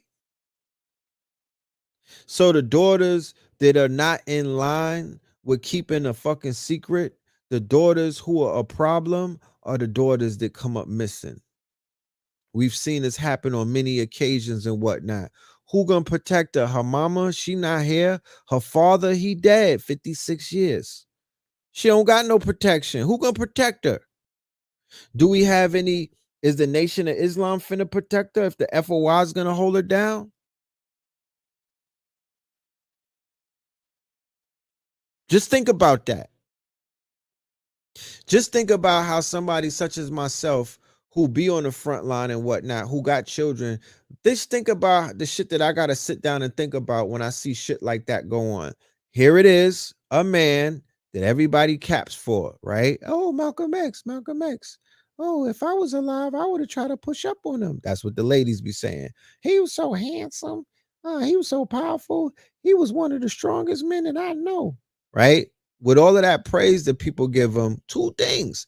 The nigga's killer was walking around and they knew who he was, right? The nigga who drilled them. It's almost like young Dolph just gets killed and niggas know who killed him. They know the shooter and everything. He walking around with the young Dolph chain on and everything. Like, what's happening? And nobody did nothing. Went about their lives like, you know what? It's whatever. You know what I mean? You know, Jesus will take care of him. So one, there's nobody to avenge El Malik Shabazz. He got assassinated in front of his pregnant wife and his daughters. That's one. And then two, later on down the line, the children that he do decide to bring to this planet, the children that's bearing his names, remember the daughters continue the bloodline, right? The daughters, right? They have the mitochondria. They continue your bloodline. It comes through the daughters, right? Even if they don't carry your last name, they still carry that, right? You said, yeah, 10 people died since Dolph, right? And allegedly, I don't know the number of people that died after the Malcolm X situation, but it was alleged that a lot of people were dying as well, right? But not the person who pulled the trigger. So a man who is basically one of the most visible leaders of our time, he's a household name. He has movies made about him, TV shows, multiple movies, TV shows, all kind of stuff. His children are not even safe. 50 some odd years later, after all of the work that he put in, after all of the frontline work that he put in, right? They not even safe. To this day. To this day.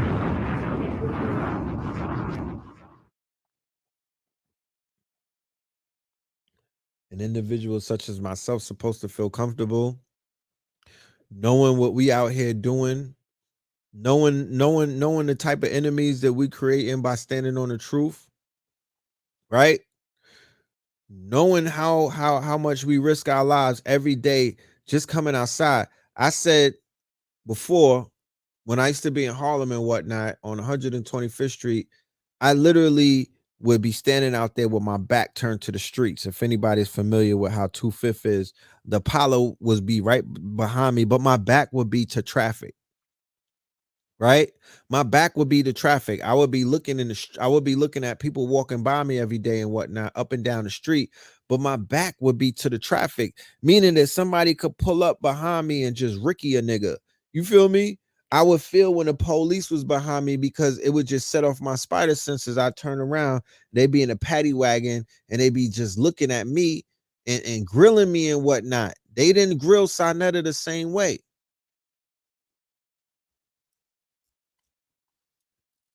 They used to look at me like I was the problem. You feel me? They used to treat me like I was the problem, like I wasn't playing by the rules and whatnot. So as a result of that, they would try to treat me like, yo, this nigga is not in a line. He's not playing, you know, he's a rogue. That's how they used to do it. And they gave me problems. They locked me up. They almost killed my brother by choking him out. I got locked up twice out there. They used to pack me up all kind of shit in the earlier days. I had drama with the Pope.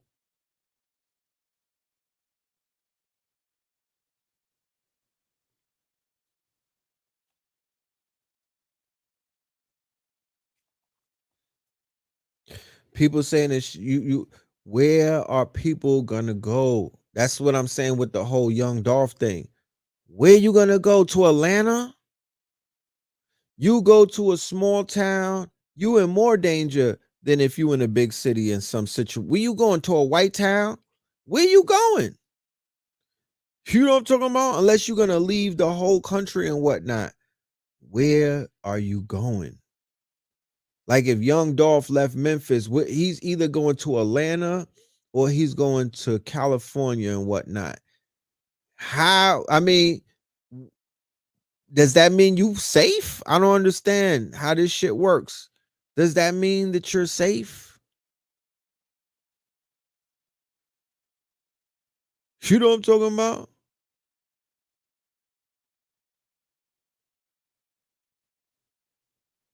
Does that mean that you're safe?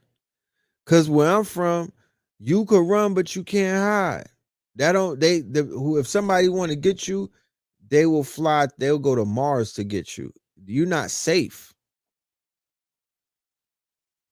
And it's hitters everywhere. You could get hit faster in a state that's not the state that you from, because it's like the movie, it's like Belly with Tommy Guns. He didn't know that Jamaican nigga. That Jamaican nigga, everybody was scared of him in Jamaica. Tommy Guns was like, beg for $1. He didn't give a fuck who he was. He didn't have no attachments to him. That's right. Look how they got Pop Smoke. Them young boys that killed Pop Smoke, they didn't have no type of fear of Pop Smoke based off of his reputation in his hood, because they weren't from his hood.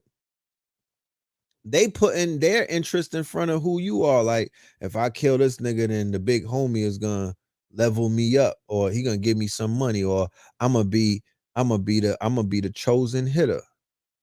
And they will knock your block off. Are you serious? A nigga will give them a phone call and they'll come and get you because they don't got no ties to you. You didn't put in no work in their hood. They don't have no ties to you. King Von died away from home. Tupac and Mac Dre. Yeah, I mean, small town tied down. Small towns tied down. But that's basically you living on the run. You on the run, But whatever the case, rising power to that man's daughter and to the rest of his daughters, Ilyasha. That's the daughter. I don't know her personally, but that's the daughter who's out the most that I've seen. Low key got a crush on. I'm gonna just keep it real with you. Ilyasha, that's one that I had a crush on her, a heavy crush too. This was many years ago though. I'm kind of over it now. But yeah. Yep.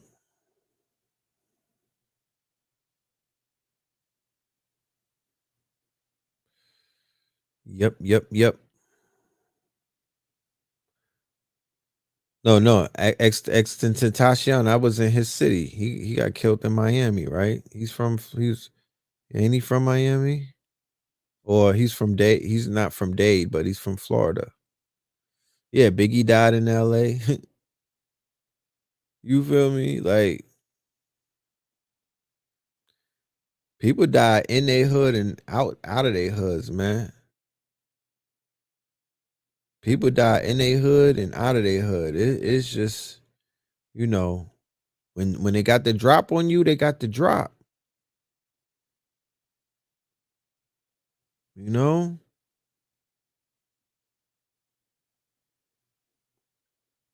But it's just, it's the streets, y'all. Like, I have an affinity. I'll never hide the affinity that I have.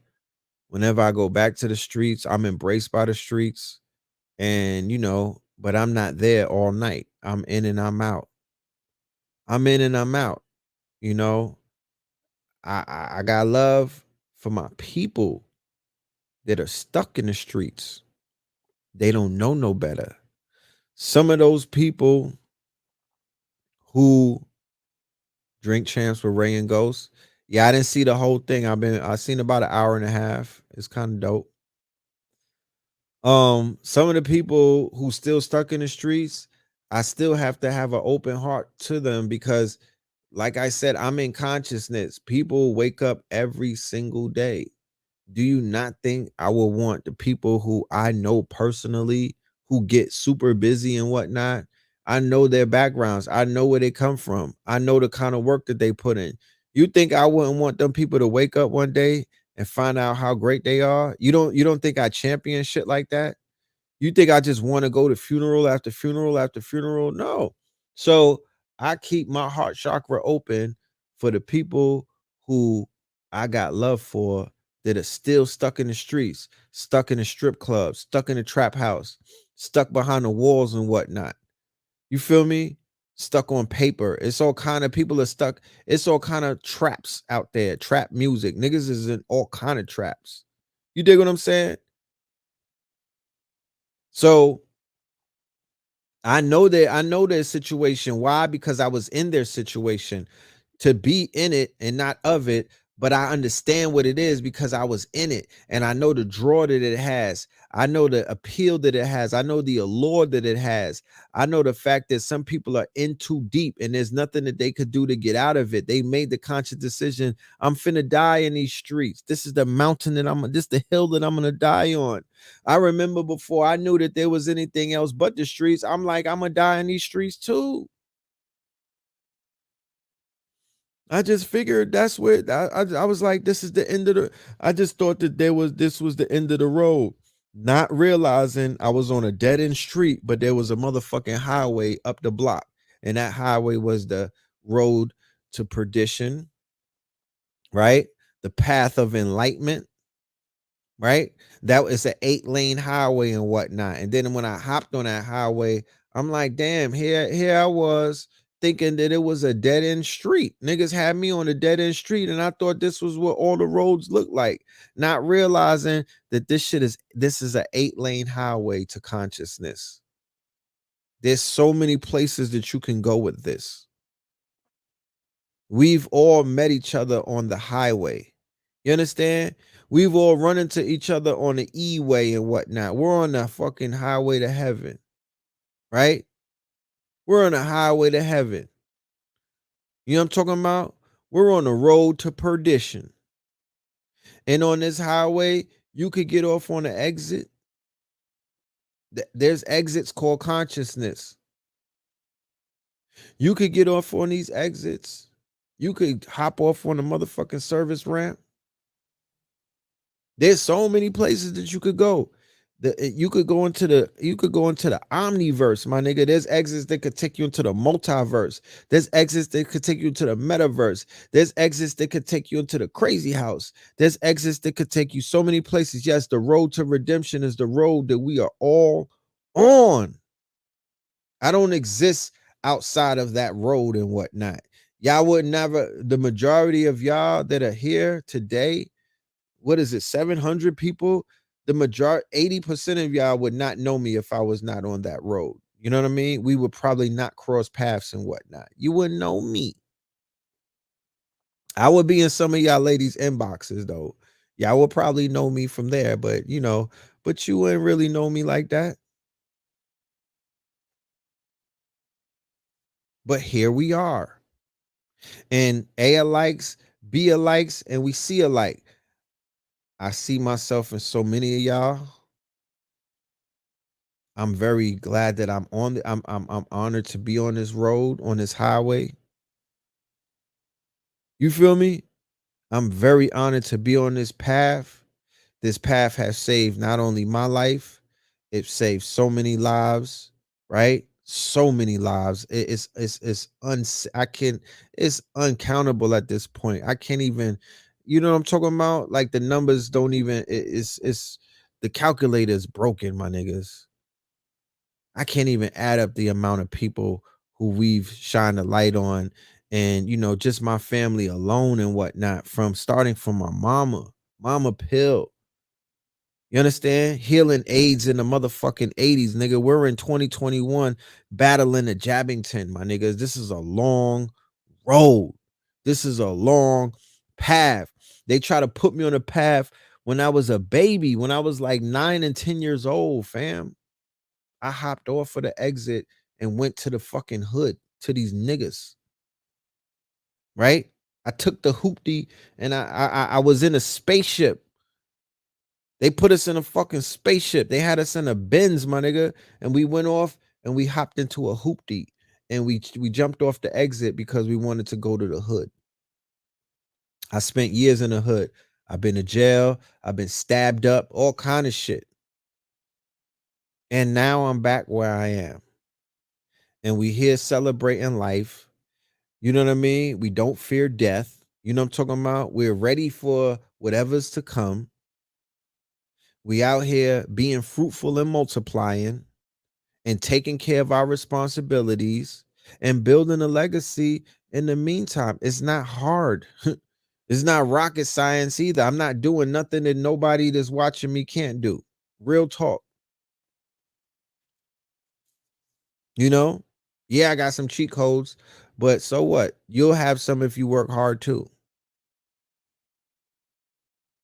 I'm not doing nothing that nobody cannot do if you do not. I applied myself. I didn't wake up like this. I applied myself. To be honest with you, I probably was in a worse predicament than 90% of you people that are watching me right now when I was outside and whatnot. My conditioning to be a super nigga, right? I used to fight my twin brother for trying to talk woke to me, for trying to wake me up, my nigga. We used to have straight fist fights. I was a super nigga. I was underneath a spell that so many people thought was unbreakable. My mama didn't think I was gonna get up out of the darkness. You feel me? And it was my son, it was my firstborn who broke me out of my spell. I tell it to the I say it, I say it like I'm testifying, like it's my testament. When I saw him come out of that portal, when I seen him pull that motherfucking head out of his mother's yoni, my nigga, some shit went off like it was almost, they call it, I found out later on what it's called. It's called a Cairo moment, and it's spelled with a K, Cairo moment. Coincidentally, that was the name of my guy that just died and whatnot. His name was Cairo, right? Here goes his band. I got this at his wake, right? You see? It say Cairo. Let me see my cameras. Jermaine, Kruger, Bailey, right? It says, give me my flowers while I'm here. But his name was also Cairo. But it's called a Kairos moment, right? It's almost like a eureka moment with things. They say it's a surreal moment when you see, when in childbirth, there's a surreal moment that takes place where time actually freezes. They call it the Kairos moment. That was the moment that I experienced my awakening. 9/11 had some shit. You know what I'm talking about? 9/11 has some things to do with it and some other things. But my son's birth gave me a purpose. I did not have a purpose before. I didn't even know what a purpose was. I thought a purpose was getting money and looking fly and knocking these shorties down. You know what I'm talking about? That's what I thought my purpose was. Just adding on to my bodies. You know what I mean? That's what I thought the purpose was. And being fresh to fucking death. You know what I mean? That's what I was on. I was like, I'm out here shitting on all you niggas. Like, that's what I was on. That's what my mentality was. I was a label whore. I was a label whore. You know? And I was lost. I could look back on that shit and laugh at it, but I was a sorry fucking case, bro. When I really look at my life and examine what I was on, nigga, I was a gnat. You know what I'm talking about? I was a gnat. I was a caterpillar. And a lot of people are still living like that. Niggas that I grew up with that's in their 40s and whatnot, they still on that right now. It's niggas that I know that got 10 children and they still on that. They still on that. You so I see my daughter's birth. You thought the afterbirth was a messed up child? Oh man. The hell? You gotta get off of that. You better take some ayahuasca. That's trauma right there. That shit can stay with you, bro. What are you talking about? That can stay with you. Have I ever told a woman my body count? Man, I don't even know my body count. I was Ted Bundy in these streets for a minute. I don't know my body count. I'm out here just I'm doing averages. Like, I don't know, maybe between 800 and 1,000. Nah, I'm not on. I'm just playing. I'm just playing. I'm not Wilt Chamberlain, my nigga. It's not that bad. I'm not on some Wilt Chamberlain shit. I'm just playing. I'm just playing. I would say like 10. You know what I mean? Probably like 10. You know, probably about 10.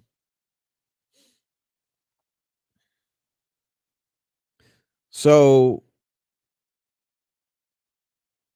and to be honest with you, the reason why I could look back on the previous life and say, yo, I don't know what the fuck I was living for is because how far, my nigga, do you know how far this conscious shit goes?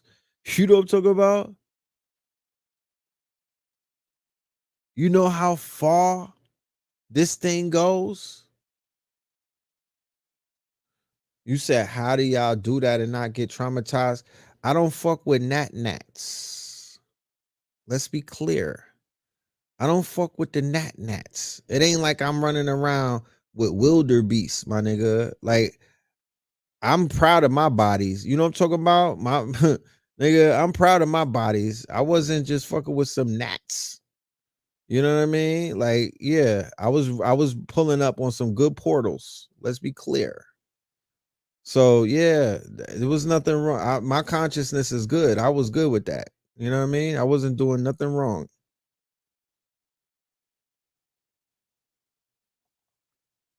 You know, but that was a long time ago. That was a while ago, allegedly. I don't know. Anyway, which comes to reminds me, I was supposed to launch the Conscious Connections in Scorpio, but a lot of shit was going on in Scorpio. And to be honest with you, that shit came mad fast and went. So y'all gonna get that in the whatchamacallit, Sagittarius, the Archer. Chiral moment. This is the definition. When the time and conditions are right to accomplish a crucial action. When the time and conditions are right to accomplish a crucial action. That was the moment that I'm describing when I saw my son come breathe his first air on, outside of the womb and whatnot. And I was like, whoa, this is some different, you know what I mean? You'll hear it, I don't any of my first time, if there's people out here never had a seed and whatnot, you be hearing about shit, but being there the first time, shit different, bro. Shit different. And I was with the mother. Like, we were in a relationship. So it wasn't like I just pulled up just to see the band. You know what I mean? Like, I was in a full relationship. So it even hit harder. I was like, wow, this is a whole family just like that. You know what I mean? Just like that. So everybody have their own moment. You know what I mean? We might even do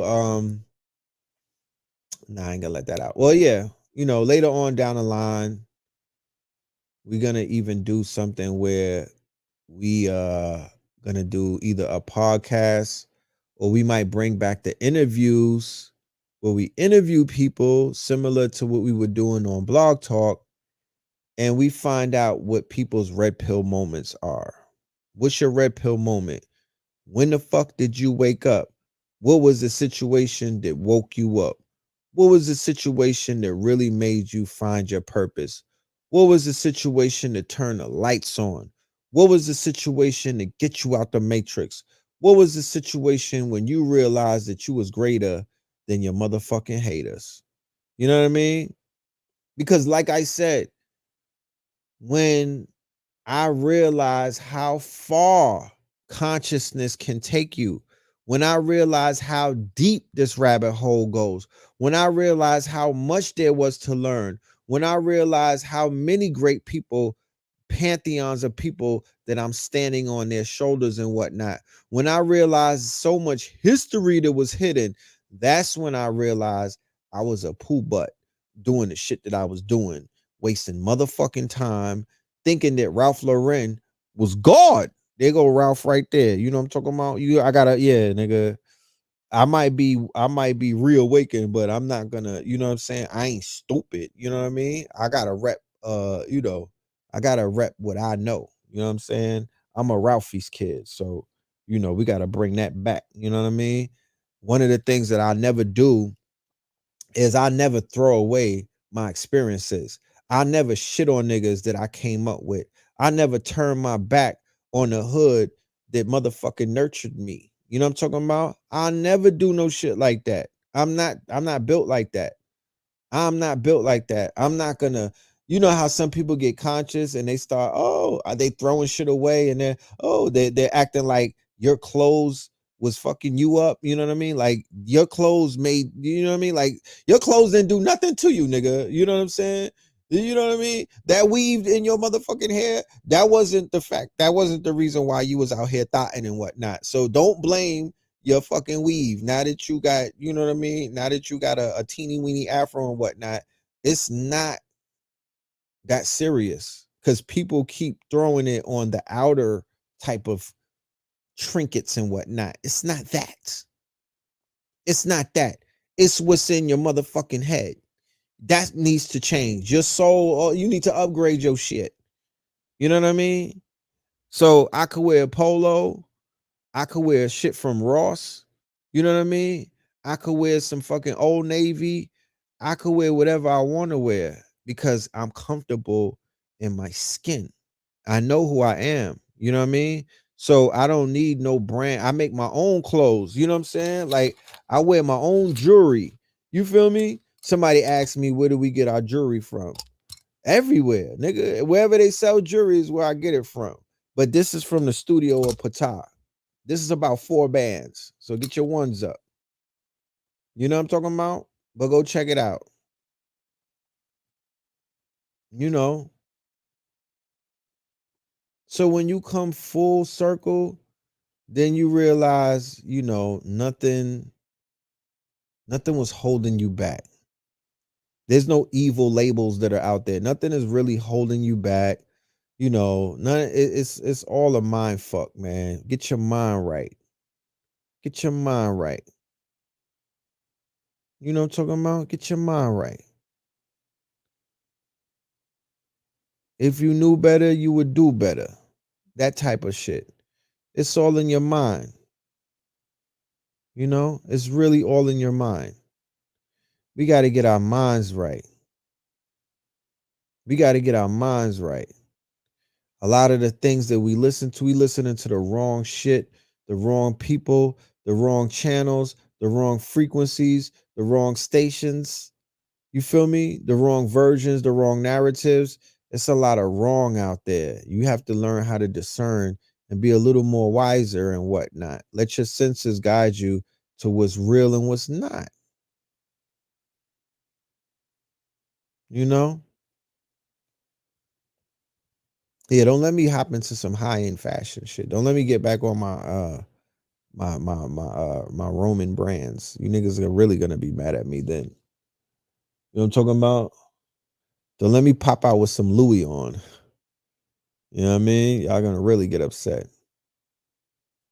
The music is horrible. I don't even listen to hip hop like that. Yeah, man. Like I gotta make my own music to listen to. You know what I mean? I can't leave it up to chance that these artists are gonna bring it because they're not bringing it and whatnot. They're not living up to the expectations that I'm giving. They're not pulling up like that. The artists, even these woke niggas, they're not even making good music. You feel me? My mama put me onto this artist. Let me show you. My mama put me onto this artist right here.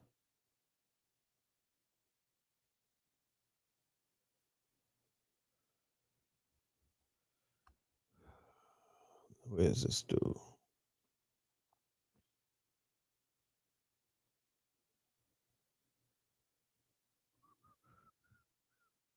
Give me a minute. Let me see.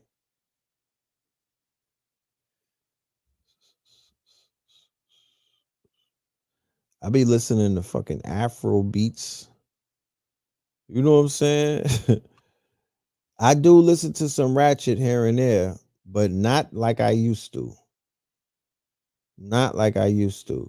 Even the ratchet niggas is not bringing it the same. They not even bringing it. They not even good putting out good ratchet music. Like I don't know what's going on. I do not know what's going on. But I feel you when you talk about the hip hop and how low level, how low vibes it is and everything. You know, We need yeah, I think we need like more of a we need like a radio, like we need like a conscious radio station and shit. You know what I'm saying? That'll definitely help.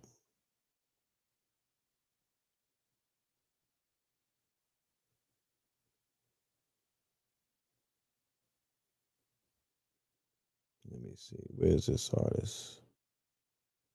I might have heard of this artist. He make 432 hertz music. 432 hertz.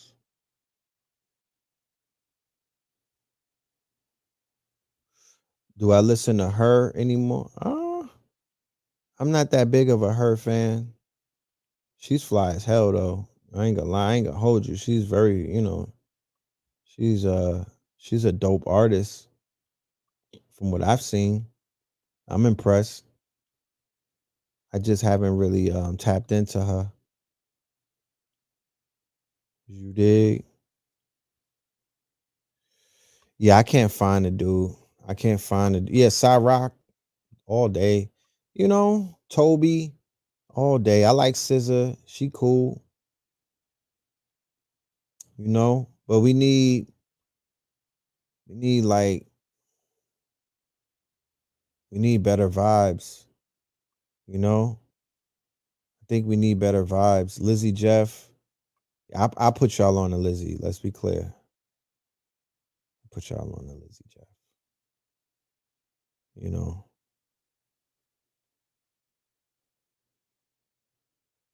Yeah, that Afro beat, that should be knocking. It do be knocking. Let's be clear. Let's not hate. That should be knocking, right? I don't know what they saying, but they saying something.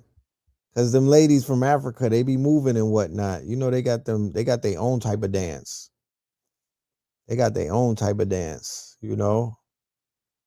very sexy dancing. You know what I mean? I must admit. And it's not like it's classy. You feel me? Going back to what I was saying before, whatever happened to being classy. Like they be doing a little tick tick thing and everything, and the shit classy. I like that. They don't have to throw it all out there, and you know what I mean? Like that shit is honorable to me. They look like they having fun. They be smiling and shit while they do their little tick tick. You know what I mean? I'm like, okay, that's what I'm talking about. Yeah, Soleil is fire. Soleil is fire. Cambada, Lizzie Jeff. You feel me? There's a list of names. Let's be clear. However, right? I'm not a DJ. This is not my job. I do enough things. Where the fuck are the DJs at? I've been asking for these niggas forever. I got like 2 or 3. Yeah, Bashir is fire. Shout out to Bashir, right? Even Keys got some shit. Keys got a song with Bashir. When you hear this shit, I think it's called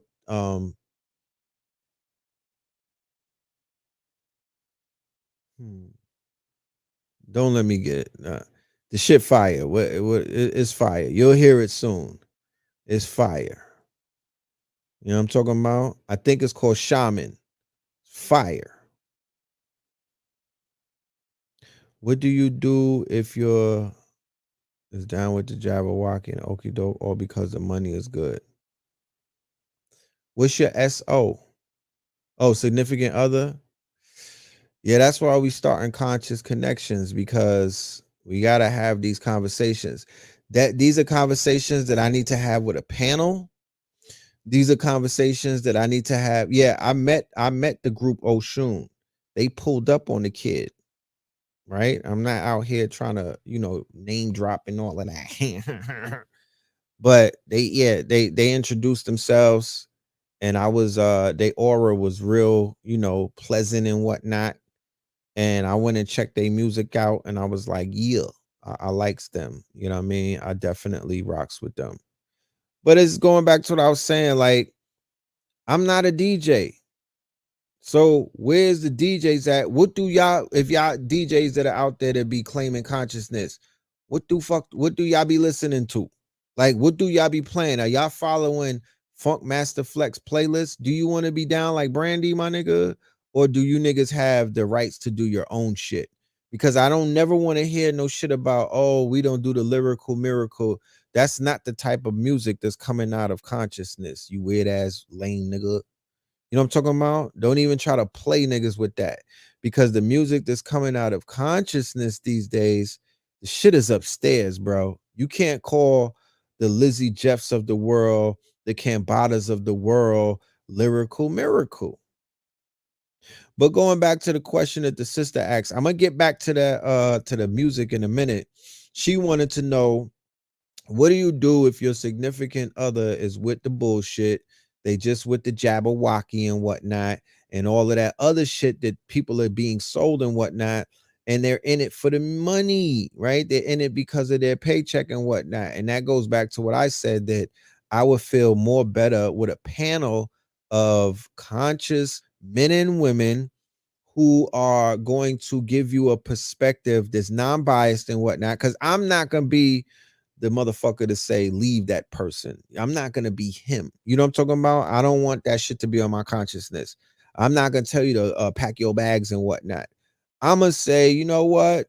You know, you might have to compromise a little bit. You feel me? And then here go Jody that said that the jab killed your situationship. Yes. Yes. You know, I've heard a few stories like that. You know what I mean? I know some women that said that they don't want no vaccinated semen. You know what I'm talking about? They said they don't want no vaccinated peen and whatnot. And I can understand what you're saying. I get it. You know what I mean? We live in a situation, like I said, when the beginning of the year started, that this is 21 Savage. This year is affectionately known as 21 Savage, right? Are you compromised as a woman having babies, or as a man if your partner has the Jabberwocky? I believe so. I believe so. You feel me? I believe so. Yeah, A.A. Rashid, he got joints. Me and him got 2 songs. I got a song on Batman Mafia, which is his best project, in my humble opinion. His first project was from 2014. We got a song called Mossad Moolies, and then we got another song called Dreams that we threw out. We got a video for that and whatnot. AA said I'm his favorite rapper. You know what I mean? You're gonna have to ask him about that. But oh shit, he said that you was trying to kill him. Oh my good. So what 21 Savage represents is, this is the year where the quote unquote line was finally drawn like that, right? Niggas was on the fence prior to this, but this is the year. Remember, Thanksgiving is around the corner. If you are still celebrating the quote unquote genocide and the slaughter of Aboriginal people, who you might not be one of them, but chances are them niggas look like you. You wearing one of their weaves, I bet you that. You got the silky Hawaiian, they had that straight hair. You know what I'm talking about? With them good edges and whatnot. That's the indigenous people that were over here. So if you still celebrating the fuckery and you don't got the Jabberwocky, then you up for a very uncomfortable Thursday evening, my niggas. But like I said, you shouldn't even be, you know, you should thank Dr. Fauci and these weird niggas, because they helping to do you a favor from separating you from the shit that you was on the fence playing with all of this time. Because I promise you, it's not me saying it, it's not Red Pill saying it. There's gonna come a time where you're gonna have to make a choice about, I'm not fucking with these people like that. And I gotta get with the tribe. Whoever the fuck I mean, to be honest with you, I don't know who the tribe is. Cause like I said, half of you niggas is supposed to be the tribe. Y'all on Bigo and other places acting wild, weird and whatnot, doing weird shit. Okay? Y'all following weird niggas and y'all into weirdness. So I can't even say that y'all are the tribe and whatnot, because I want to leave my children around y'all. You know what I mean? Y'all are not disciplined. Y'all scare me. You know what I'm talking about? I be scared. The people that's claiming consciousness, y'all some scary pack of people sometimes. And of course, not my audience, because all of y'all are, y'all all lit and whatnot. We did the roll call. All of y'all are y'all from some great places. Y'all are good people. But you know what I'm talking about. You know what I'm talking about. And to be honest with you, I don't even know what the fuck a conscious person is these days, because you can't really identify it. We live in a day and age where it's ambiguous. It's a nigga put an ankh on and they're conscious. It's wild ambiguous. Somebody is like, yo, I just had a sea mall shake. Now they're conscious. It's mad ambiguous. There's no way to really tell who's who. Right?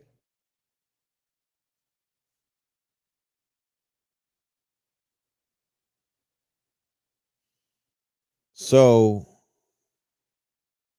I'm just here to say that,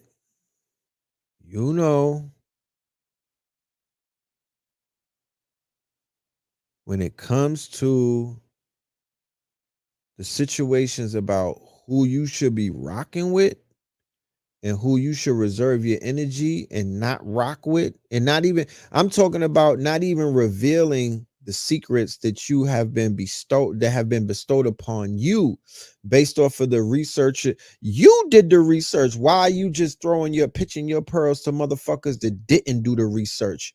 You spent mad hours busting your brain cells.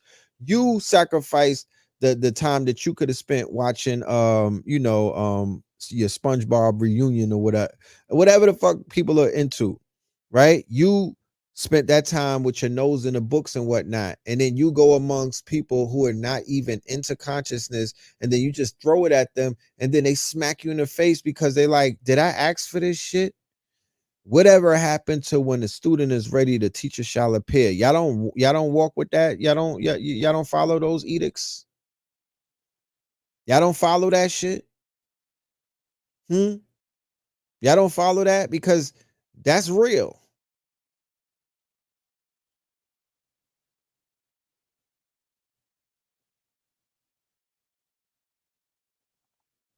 This realm here feels like the fam, and I'm in Memphis. That's mind-boggling. That's why I do the roll calls. Every single show. I'm not doing the roll calls just to sound cute. I'm doing the roll calls because I want everybody that's watching these videos to know there's people all around the world that are benefiting off the fact that we are all coming together to share our energy. When we doing these lives, it's not just red pill. We up in this bitch with thousands of people from all over the world and whatnot.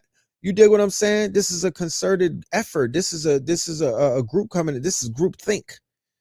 This is a mastermind, right? This is called, when you read Think and Grow Rich and whatnot, and they talk about the mastermind principle, it takes 3 minds to come together to form a mastermind. So this is beyond a mastermind. We reminiscing on things. We looking into the future. We dealing with the present. You feel me? So we're tapping in. So there's people who live in places where they don't got none of this frequency. When they go outside, they can't feel none of the energy that you feel when you're inside of rooms like this. You feel what I'm saying? They look forward to every Monday and Thursday and whatnot because they can't get this from the environments that they're in. Me personally, I don't really have those hangups, even though where I'm at, they don't have consciousness all around me. So what do I wind up doing? I have to create that world within my world, right? That world is within my world, right? Shout out to Savannah in the building. You feel me? So I have to create that world within the little world that I live in. But because we all are tapped into the digital world and whatnot, individuals can live in Boise, Idaho, but in the digital world, which has now been upgraded to the metaverse, you can now sync into a world that's a world inside of a world where you feel like you're connected to alikes who be alike, who see alike, right? Contemporaries and whatnot. That's why the Discord group that we have, Know the Ledger and whatnot, that's why it's big. That's why Instagram is big. That's why Facebook is big. That's why YouTube is big. People are on YouTube like this is their motherfucking homes and whatnot. I know people who wake up on YouTube and go to sleep on YouTube. They don't leave YouTube. They like, who's live? Who's live? I'm gonna watch the old video. Who's there? Who's on? You know what I mean? That's their world, and what they're immersed in these worlds, because in those worlds they find an escape and a release from the motherfucking world outside of their window, or the world that they have to live in with their spouse or their BM or their BD or their boyfriend, or whoever the fuck they're around and whatnot. They're escaping because they like, yo, I need a better frequency. I need to be learning some shit instead of being, you know what I mean? Instead of the shit that's going on in my household. So we understand things like that. This is our salvation. What the fuck do you think I'm doing on Tuesdays and Wednesdays, Fridays, Saturdays, and Sundays when I'm not on YouTube talking to you niggas? I'm on YouTube watching other people. You know what I'm talking about? I'm one of those too. I ain't sitting around like I don't be attached to the motherfucking matrix. I'm in the matrix as well. I'm catching up. I'm seeing who's saying what, who's tapping in, who's teaching. All of the fugaziness, I get a whiff of all of that. And I'm grateful that this thing exists because I've utilized it to its benefits. Right? I'm utilizing it to its benefits. It works for me. You feel me? It works for, I figured this shit out. It works for me, and I'm grateful to it. And I've utilized it to do what? To fulfill my purpose, right? For purpose fulfillment. Henceforth, like I said before, once I found my purpose, I began to move towards it. Right? That's the link right there for the Discord. For anybody that wants to sign up, it's free of charge. Just pull up, be a part of the Discord. We're about 1,000 deep. And I said that when we reach 1,000, I'm going to do a crowdfunding on Discord. We need to do a crowdfunding on Know the Ledger Discord, because it is time for us to build a KTL University and also a Stream Chasers Academy inside of the metaverse, right? And then once we build it in the metaverse, then I'll be able to onboard 1,000 of y'all to show y'all how to navigate through the metaverse, own digital property, own NFTs, and basically create multiple income streams in a world that is outside of the physical world. And also, you know, for some of y'all that have the teenagers and whatnot and the young adults, you could also put them on too, because to be honest with you, this world is being built for them. It's not for you. It's really not for you. It's for them. It's for them. But as the parents and whatnot, we could be the one to kick the door down, right? What the fuck are we leaving the youth? What are we leaving the young ones, my nigga? Are you leaving them a crypto wallet? Are you leaving them a parabolic wallet? What are we leaving them? So we got to kick the door down, and we have to create something for them. At least leave them something in the metaverse. At least leave them niggas an NFT or two. Okay? At least. The hardest thing for me was leaving the relationship I was in due to their stance with this pandemic and getting the Jabbington. Sometimes you have to move on to find yourself in your tribe. Look. To this day. If it wasn't 1 a.m., I would say, yo, let's just fuck it. Let's just end this show right here, and let's start up the Conscious Connections show right now, because we need it right now. You know what I mean? We need to have that talk right now, not tomorrow, not later, right fucking now. You know what I mean? It's getting too much. You know what I'm saying? I need people to air, you know, I mean, we didn't have a shoulder for you to cry on, sis, when you had to do what you had to. I wish we were here so you could have just boo. You know what I mean? We had tissues for you. You could have came and cried in the DeLorean. You know what I mean? You didn't have to cry in the Honda. You know what I'm talking about? But we could have been there for you. And I know that there's a lot of people, because you speak for many people, There's a lot of people out there that need to just blow some steam and whatnot, let some shit off of their chest and whatnot. We need to have that talk. We need to have that talk. ASAPington. These babies, their health is on the line. We got relationships on the line. You feel me? We got people making decisions and whatnot. We need to have that talk. Dead ass. Cause that's one of the hardest talks that I'm seeing come about in a very long time. Like I said, on Thursday, multiple people are not invited to their people's house. Multiple people are going to pull up to their people's house and get cursed out. Multiple people are going to get pull up to the family house and get put under pressure to get the Jabberwocky the next day and whatnot. Oh, Black Friday, they doing free Jabberwockies at Kmart. They're going to give you niggas a free TV. Oh, I'm down. You down with it? What about you, Harold?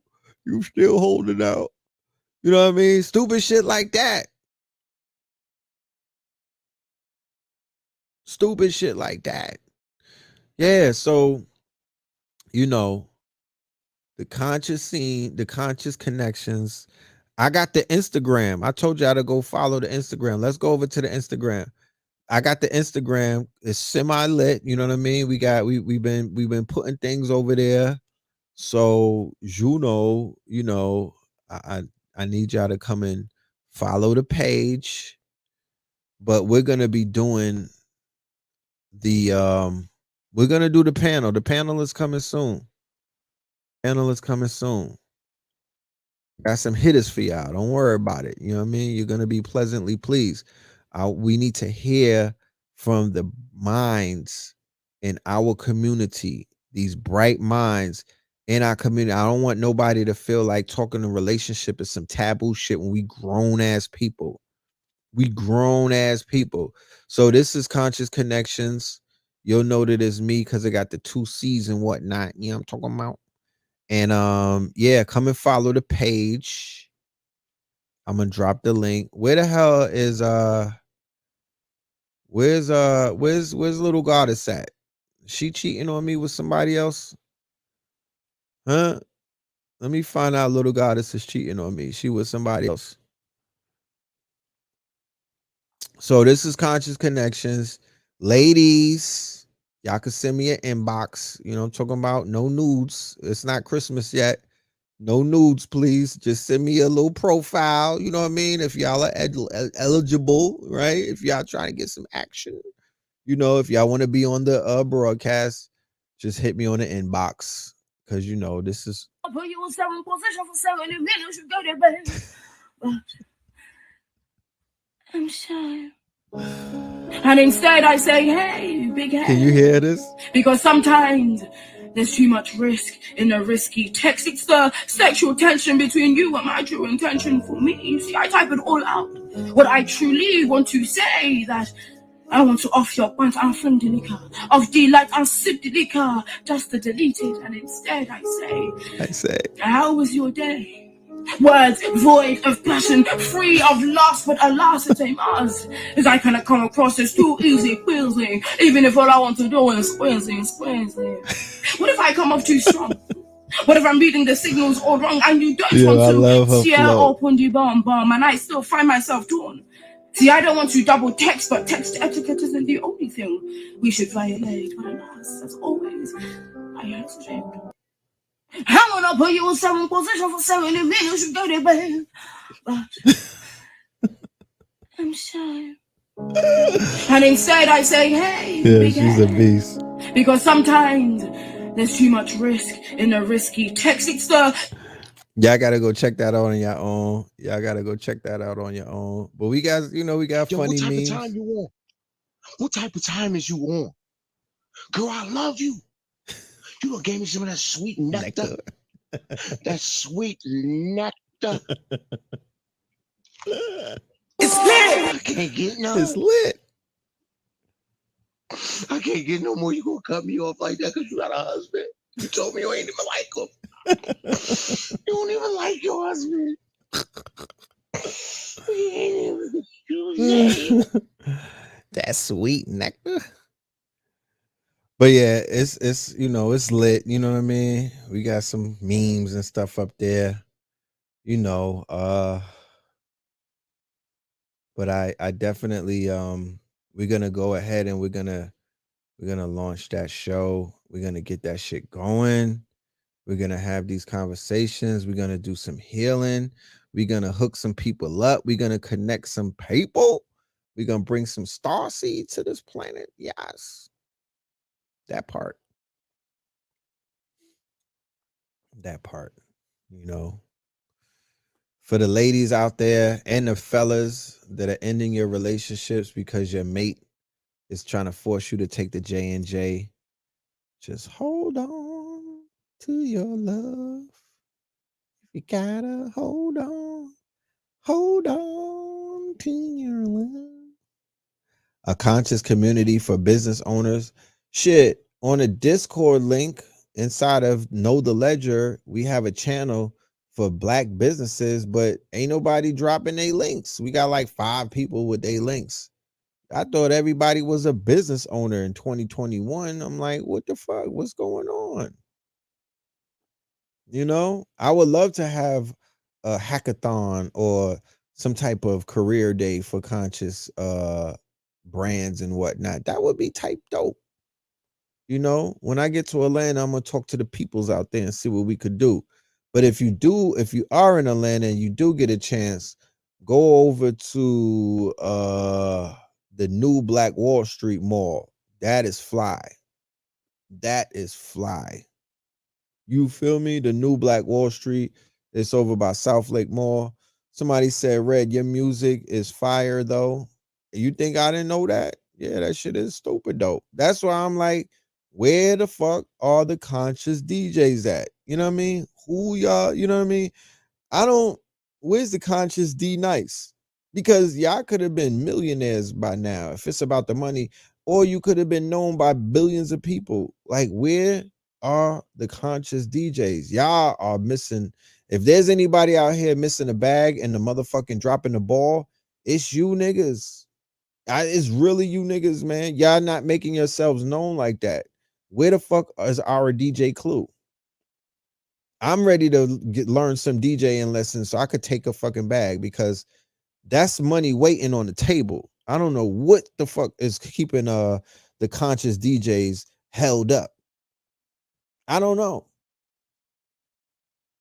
We need some DJs. Dead ass, I promise you, you are gonna be so lit because there's so much unheard music. There's so many artists that you could break mad records. The Conscious Spinderella. Dead ass. I'm talking about with the bendy on. Just come all the way, you know what I mean? Come in full regalia, my nigga. I need niggas with linen dashikis on. Get in your fucking bag, my nigga. I promise you. Tie your dreads up. Get in your bag. I need face paint. We need you to have the fucking tribal marks, tribal paint on your body. Like, go all the way in. Go all the way in. Don't half step it. Don't pull up to a motherfucking function with a feline sweatsuit on. No, go all the way in. I mean, live this shit. Real talk. Live this shit. Yeah, we need clothes. We need sound effects. We need face tats. We need face paint. We need it all. You gonna wear a cloth diaper? To this day. To this day. Instead of wearing the cancer causing diapers that the baby wears, you could come in with a kente motherfucking cloth diaper. That part. Why are y'all not on your shit? Yeah. Yeah. The conscious artists, we're doing our part. Niggas is rapping. You know what I mean? Niggas is rapping. We rapping. We making the music. KT just put out something, my ninjas, called Moss. Hold on. Let me put this. Go and find him. He on streaming platforms. KT got a song called Moss. I told y'all before, KT used to write for Left Eye. Don't sleep on KT. KT is an ill writer. He used to write for Left Eye. In 2001, when I was still thugging. I was still in the streets, and this nigga was on song credits. So he's an ill artist, low key. You know what I mean? Go and check out Moss. Go get my brother. That's my younger brother, my blood brother. Go get his streams up. You know what I'm talking about? Go get his streams up. Yeah, KT's a legend, bro. He was in high school and he had 5 songs on the motherfucking album. But the album never came out because she died. The album is called Supernova. The album is called Supernova. Right? We got face painters. So that's how it works. That's how you create a community. That's how you create an economy. We got clothing designers. We got face painters. We have people who make jewelry and whatnot. Whoever the conscious DJ that's out here, that when you get lit, my genius, you're going to have a whole glam squad. But the glam squad is not going to be the broken wrist. You don't need them. You bring in your conscious people and you feed them and whatnot. So we got bags going around. I'll be your stylist and whatnot. You just get a budget for me and I'll come and dress you up. You know what I'm talking about? I'm going to get back in my stylist bag. I was doing stylist. I was a stylist before you niggas met me in 2003. I was a legit stylist. You know what I'm talking about? I was going up in labels and whatnot, putting shit in a bag and walking out. It was legal boosting. You should try it one day. You know what I'm talking about? I was a legal booster. Dead ass. That's what stylists are. They're legal boosters. You just walk in and get free shit all day. You know what I'm talking about? Yeah, that KTL mixtape was fire. That's a classic. What was that, 2010? What's up with the family biopic? Yeah. Soon. Yeah, soon. You know, soon. We got a few documentaries that gotta come out. We gotta see what Nick Cannon does with the Sabi shit. Then we got the Tariq Nasheed and Blue Pill shot 2 other documentaries. We gotta get those out the way, and then we'll do the family doc. You know, but you know, it's like we could create economies. I came out with a lecture in 2020 called "A Conscious Industry" that laid out all of the industries that exist just inside of consciousness. A multi-billion-dollar business, bro. A multi-billion-dollar business. Whenever you travel out the country and you bump and lay low, yes, it takes you to another. Yes, it definitely does. It definitely does.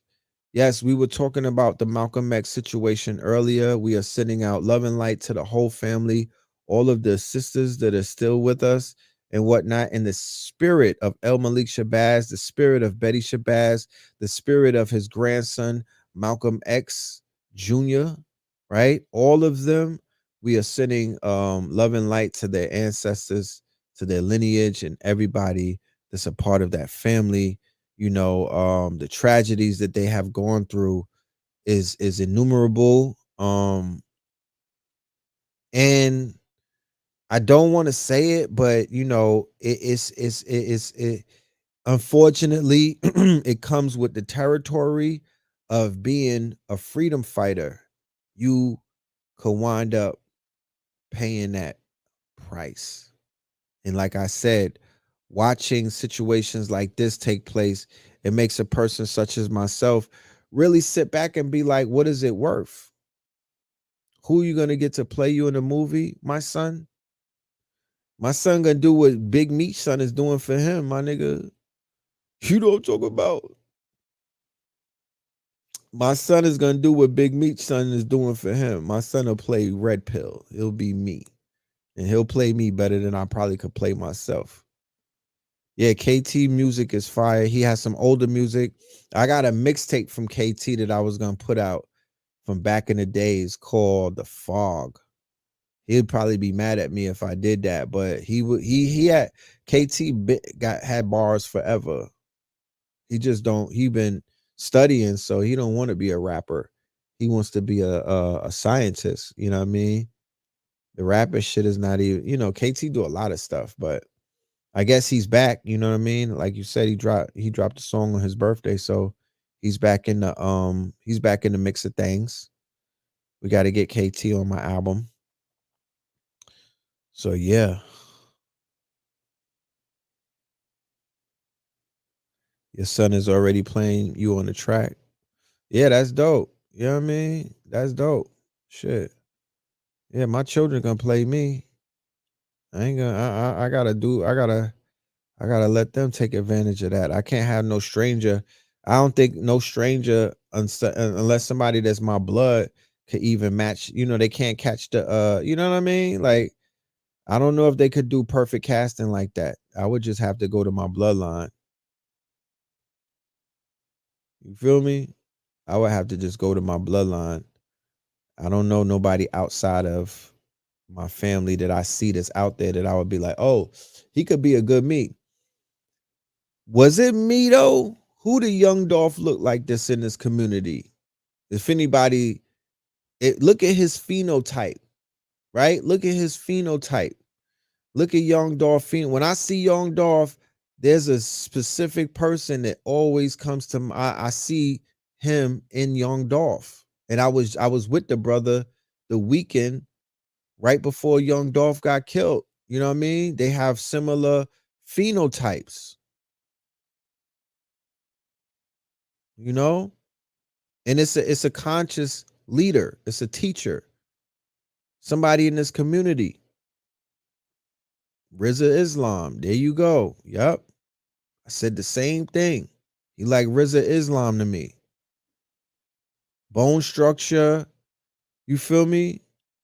We talked about Malcolm X's daughter earlier, y'all. Y'all kind of late. We got the news when it dropped. Now he looked like Rizza Islam. That's who Young Dolph remind me of. You feel me?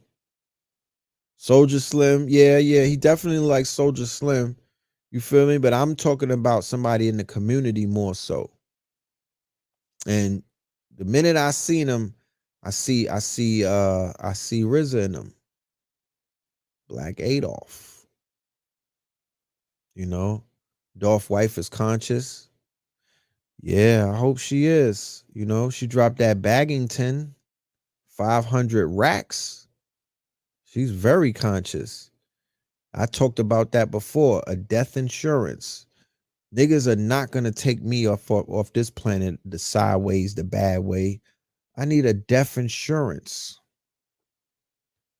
100 million to wipe out any motherfucker that's involved with any wrongdoing if I get up out of here and I didn't go on my sleep. That'll keep niggas on their tippy toes. A death insurance, and I don't give a fuck if the Pope killed me, nigga. A death insurance, 100 million. You know what I'm talking about?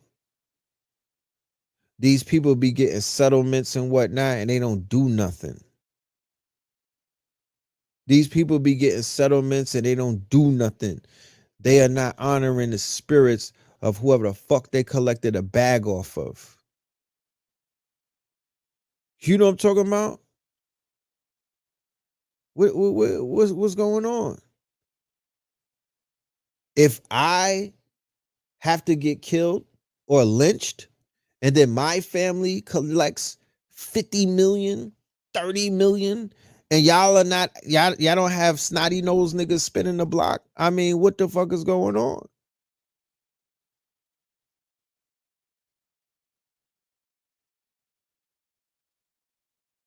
Young Dolph wife has a campaign. Black men deserve to grow old. Yeah.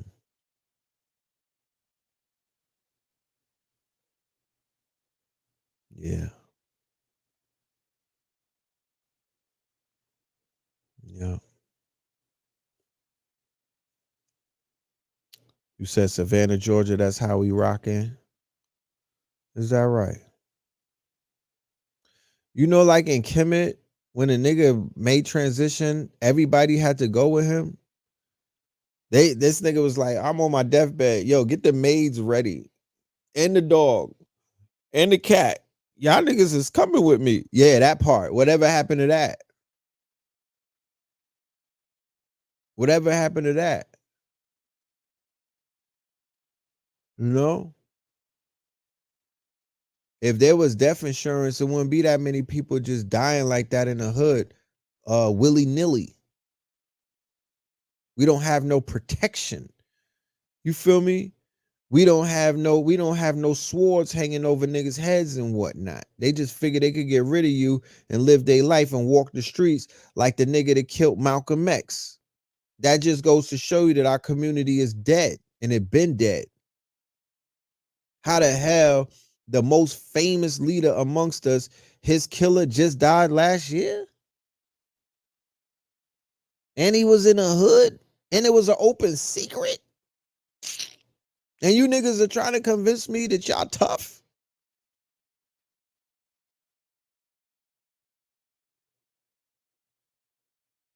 Nah, I ain't buying it. I ain't buying it. You know? I ain't buying it. Yeah, that Morse track is fire. KT went ham on that. Pause. I don't even mean to say ham. He went beyond. He went impossible ham on it. You know what I'm talking about? He's definitely snapping. He's definitely snapping. I ain't gonna lie. Yeah, his wife was going through the murder of her brother, Dolph's wife. She was still in mourning because she lost her brother. So yeah, she was doing videos and she was talking about the plight of black men. You feel me? Around the time when black men were talking about white on black crime, like the police officers killing black. She was like, what about niggas killing each other? What's up with that? Who want to talk about that? You know?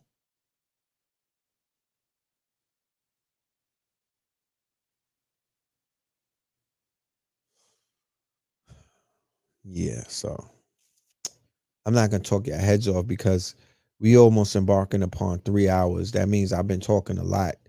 And I don't even know if my Cash App been going off, but you know, it is what it is. Like the people are gonna do what they're gonna do. You know what I'm talking about? It's, you know, these are just receipts for the universe. I'm good at the end of the day. You know what I mean? They parked the getaway car at Young Dolph's house. I think they did that to throw people off. Well, shit, they pretty bold if they did some stupid shit like that. You know? They pretty bold if they did some shit like that. But like I said, I took y'all to the page earlier. You feel me? They out here investigating shit. The internet is out here solving shit. So, you know, I'm gonna keep my ear to the ground. And I'll let y'all know. Y'all we'll all find out probably simultaneously if they're able to nab the killers. But you know, allegedly the streets are saying they know who it is. So it's just a matter of time. It's just a matter of time. You feel me? It's just a matter of time. You know, this one in particular, I don't think that this one ain't gonna be a Nipsey situation where they just gonna let the killers get scooped up by the popo. The streets is gonna handle that one. That's gonna be street justice. Yeah, it was a bando. It was a bando.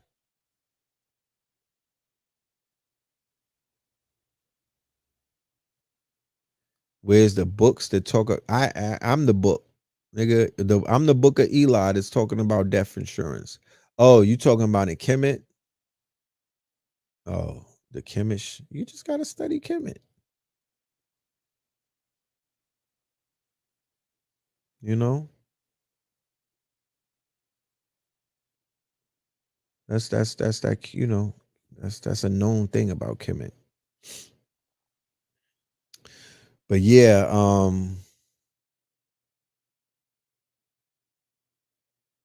yeah. What do I didn't see King Richard yet. I heard it was great. A lot of people are talking about it. You know what I mean? They were saying that it was very good, highlighting of the black father in the house, or the black father raising his daughters, King Richard, and I think Amanda Seales and some other nincompoops. Well, like, why is the movie about a man, or why is it about the father? Like, the name of the movie is called King Richard, and a fucking A-list actor by the name of Will Smith is playing him. Do you think that they're not going to focus on Will Smith the whole damn movie? Think about it. You know what I'm talking about? They sliding in Memphis about Dolph? You damn right they sliding. Do you think they're not finna talk about Will Smith or King fucking? And then the executive producers are the daughters for everybody that's out there on some feminism shit. And they need, you know what I mean? They trying to dictate what fucking Serena and Venus should be doing with their time and whatnot. Nigga, they should be making a fucking movie about their father, the nigga who got them swinging a racket, right? Instead of themselves. Yeah, pay homage to your dad because he lined y'all up to be icons and whatnot. That was his work. Of course, the work has to be in the women and whatnot because they were the ones that were on the dance floor, but the father was the coach. The father was the coach. He was the one, he's management. They're the talent, right? We talked about that before, the difference between management and talent. People often get management and talents fucked up, and they put talent in front of management. Management is more important than the talent because you could get rid of the talent and you could get more talent if you're type management. We've seen it happen before, a la Puff Daddy. He was the management. Biggie Smalls, Craig Mack, and every single person that he ran through on Bad Boy is the talent, and they were all replaceable. Okay? That's how that works. So we always have to put people in their proper ranking and whatnot. The talent is above, the management is above the talent. Okay? That's why niggas got managers. How many people out here is hitting licks and getting to the M's and they don't got no damn managers? Let me know. How many people is out here making millions and billions of dollars and they don't have no management? That doesn't work like that. You need management. The people that are behind the scenes. We get hype off of the people that they put in front of the camera, but there's a whole operation going on behind the scenes and whatnot that you necessarily don't see. And they're the ones, they are called the gears, or they're called, when people talk about the machine, that's the makings of the machine. That part.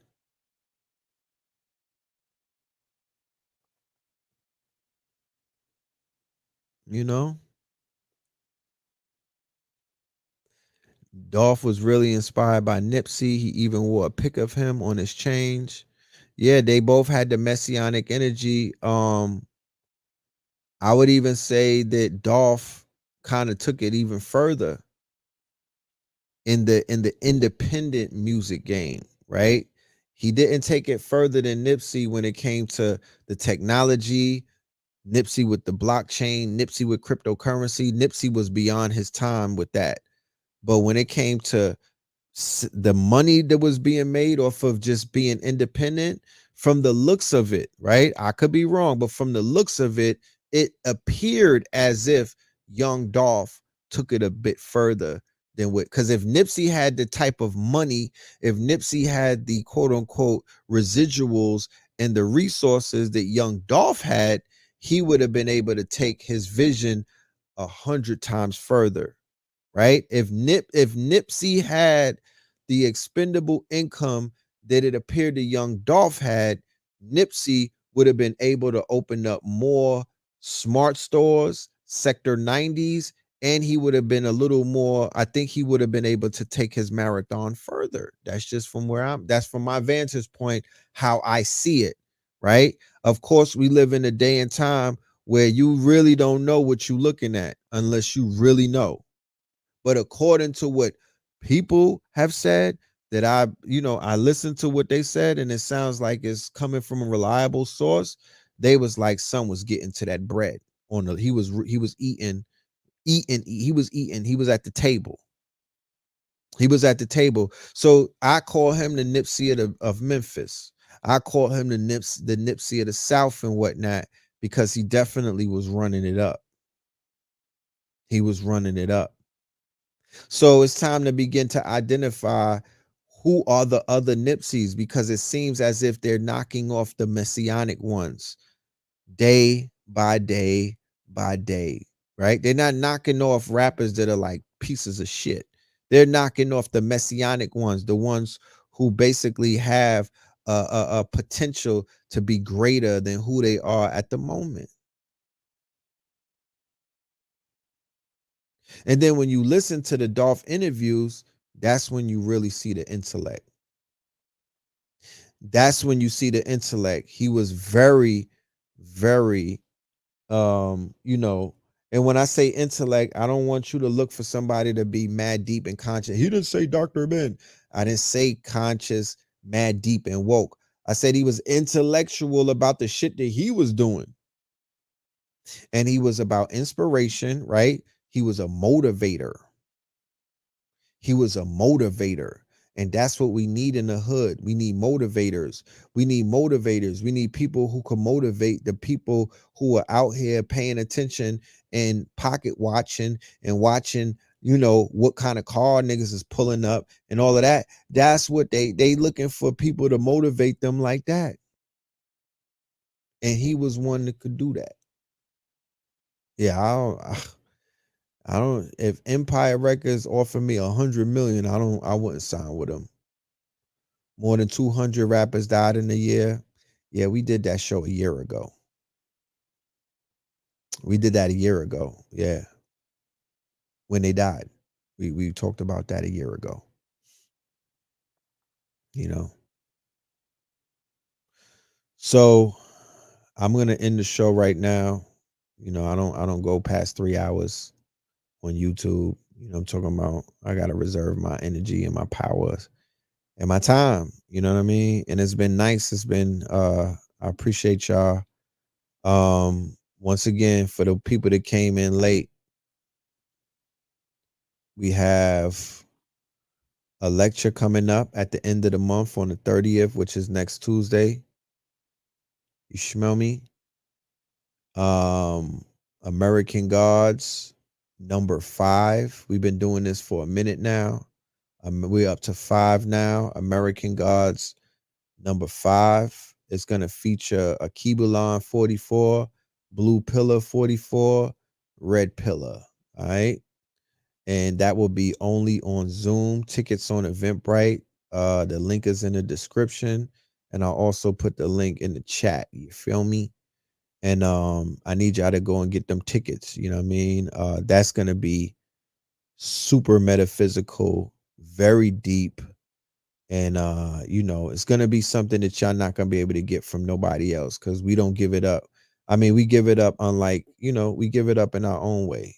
You know what I'm saying? You're not going to, there's no red and blue clones out there. So, you know, let's just be clear. So American Gods 5 at Eventbrite, American Gods 5.eventbrite if you want to search for it. Or like I said, you can hit the link and you'll be able to get that. Smell me? And with that being said, I want to give thanks to everybody in the building. Shout out to everybody that sent the Cash App. I don't say your name publicly because I said people's names and then they inboxed me and they was like, I want to be incognito. So everybody don't like their names to be read out loud. So I don't know who want their names read. So I just don't read nobody's names. But for the ones that send them the Cash Apps and whatnot, you're just sending a tip after eating a meal. It's like, you know, they say black people don't tip and whatnot. You know, when I was a barista or a barrister, they was tipping me. It was giving me good tips. You know what I'm talking about? I was like a barrister for 2 weeks when I was in Atlanta. My peoples had a bistro and I was just helping them out. I was getting nice little tips. You know what I'm saying?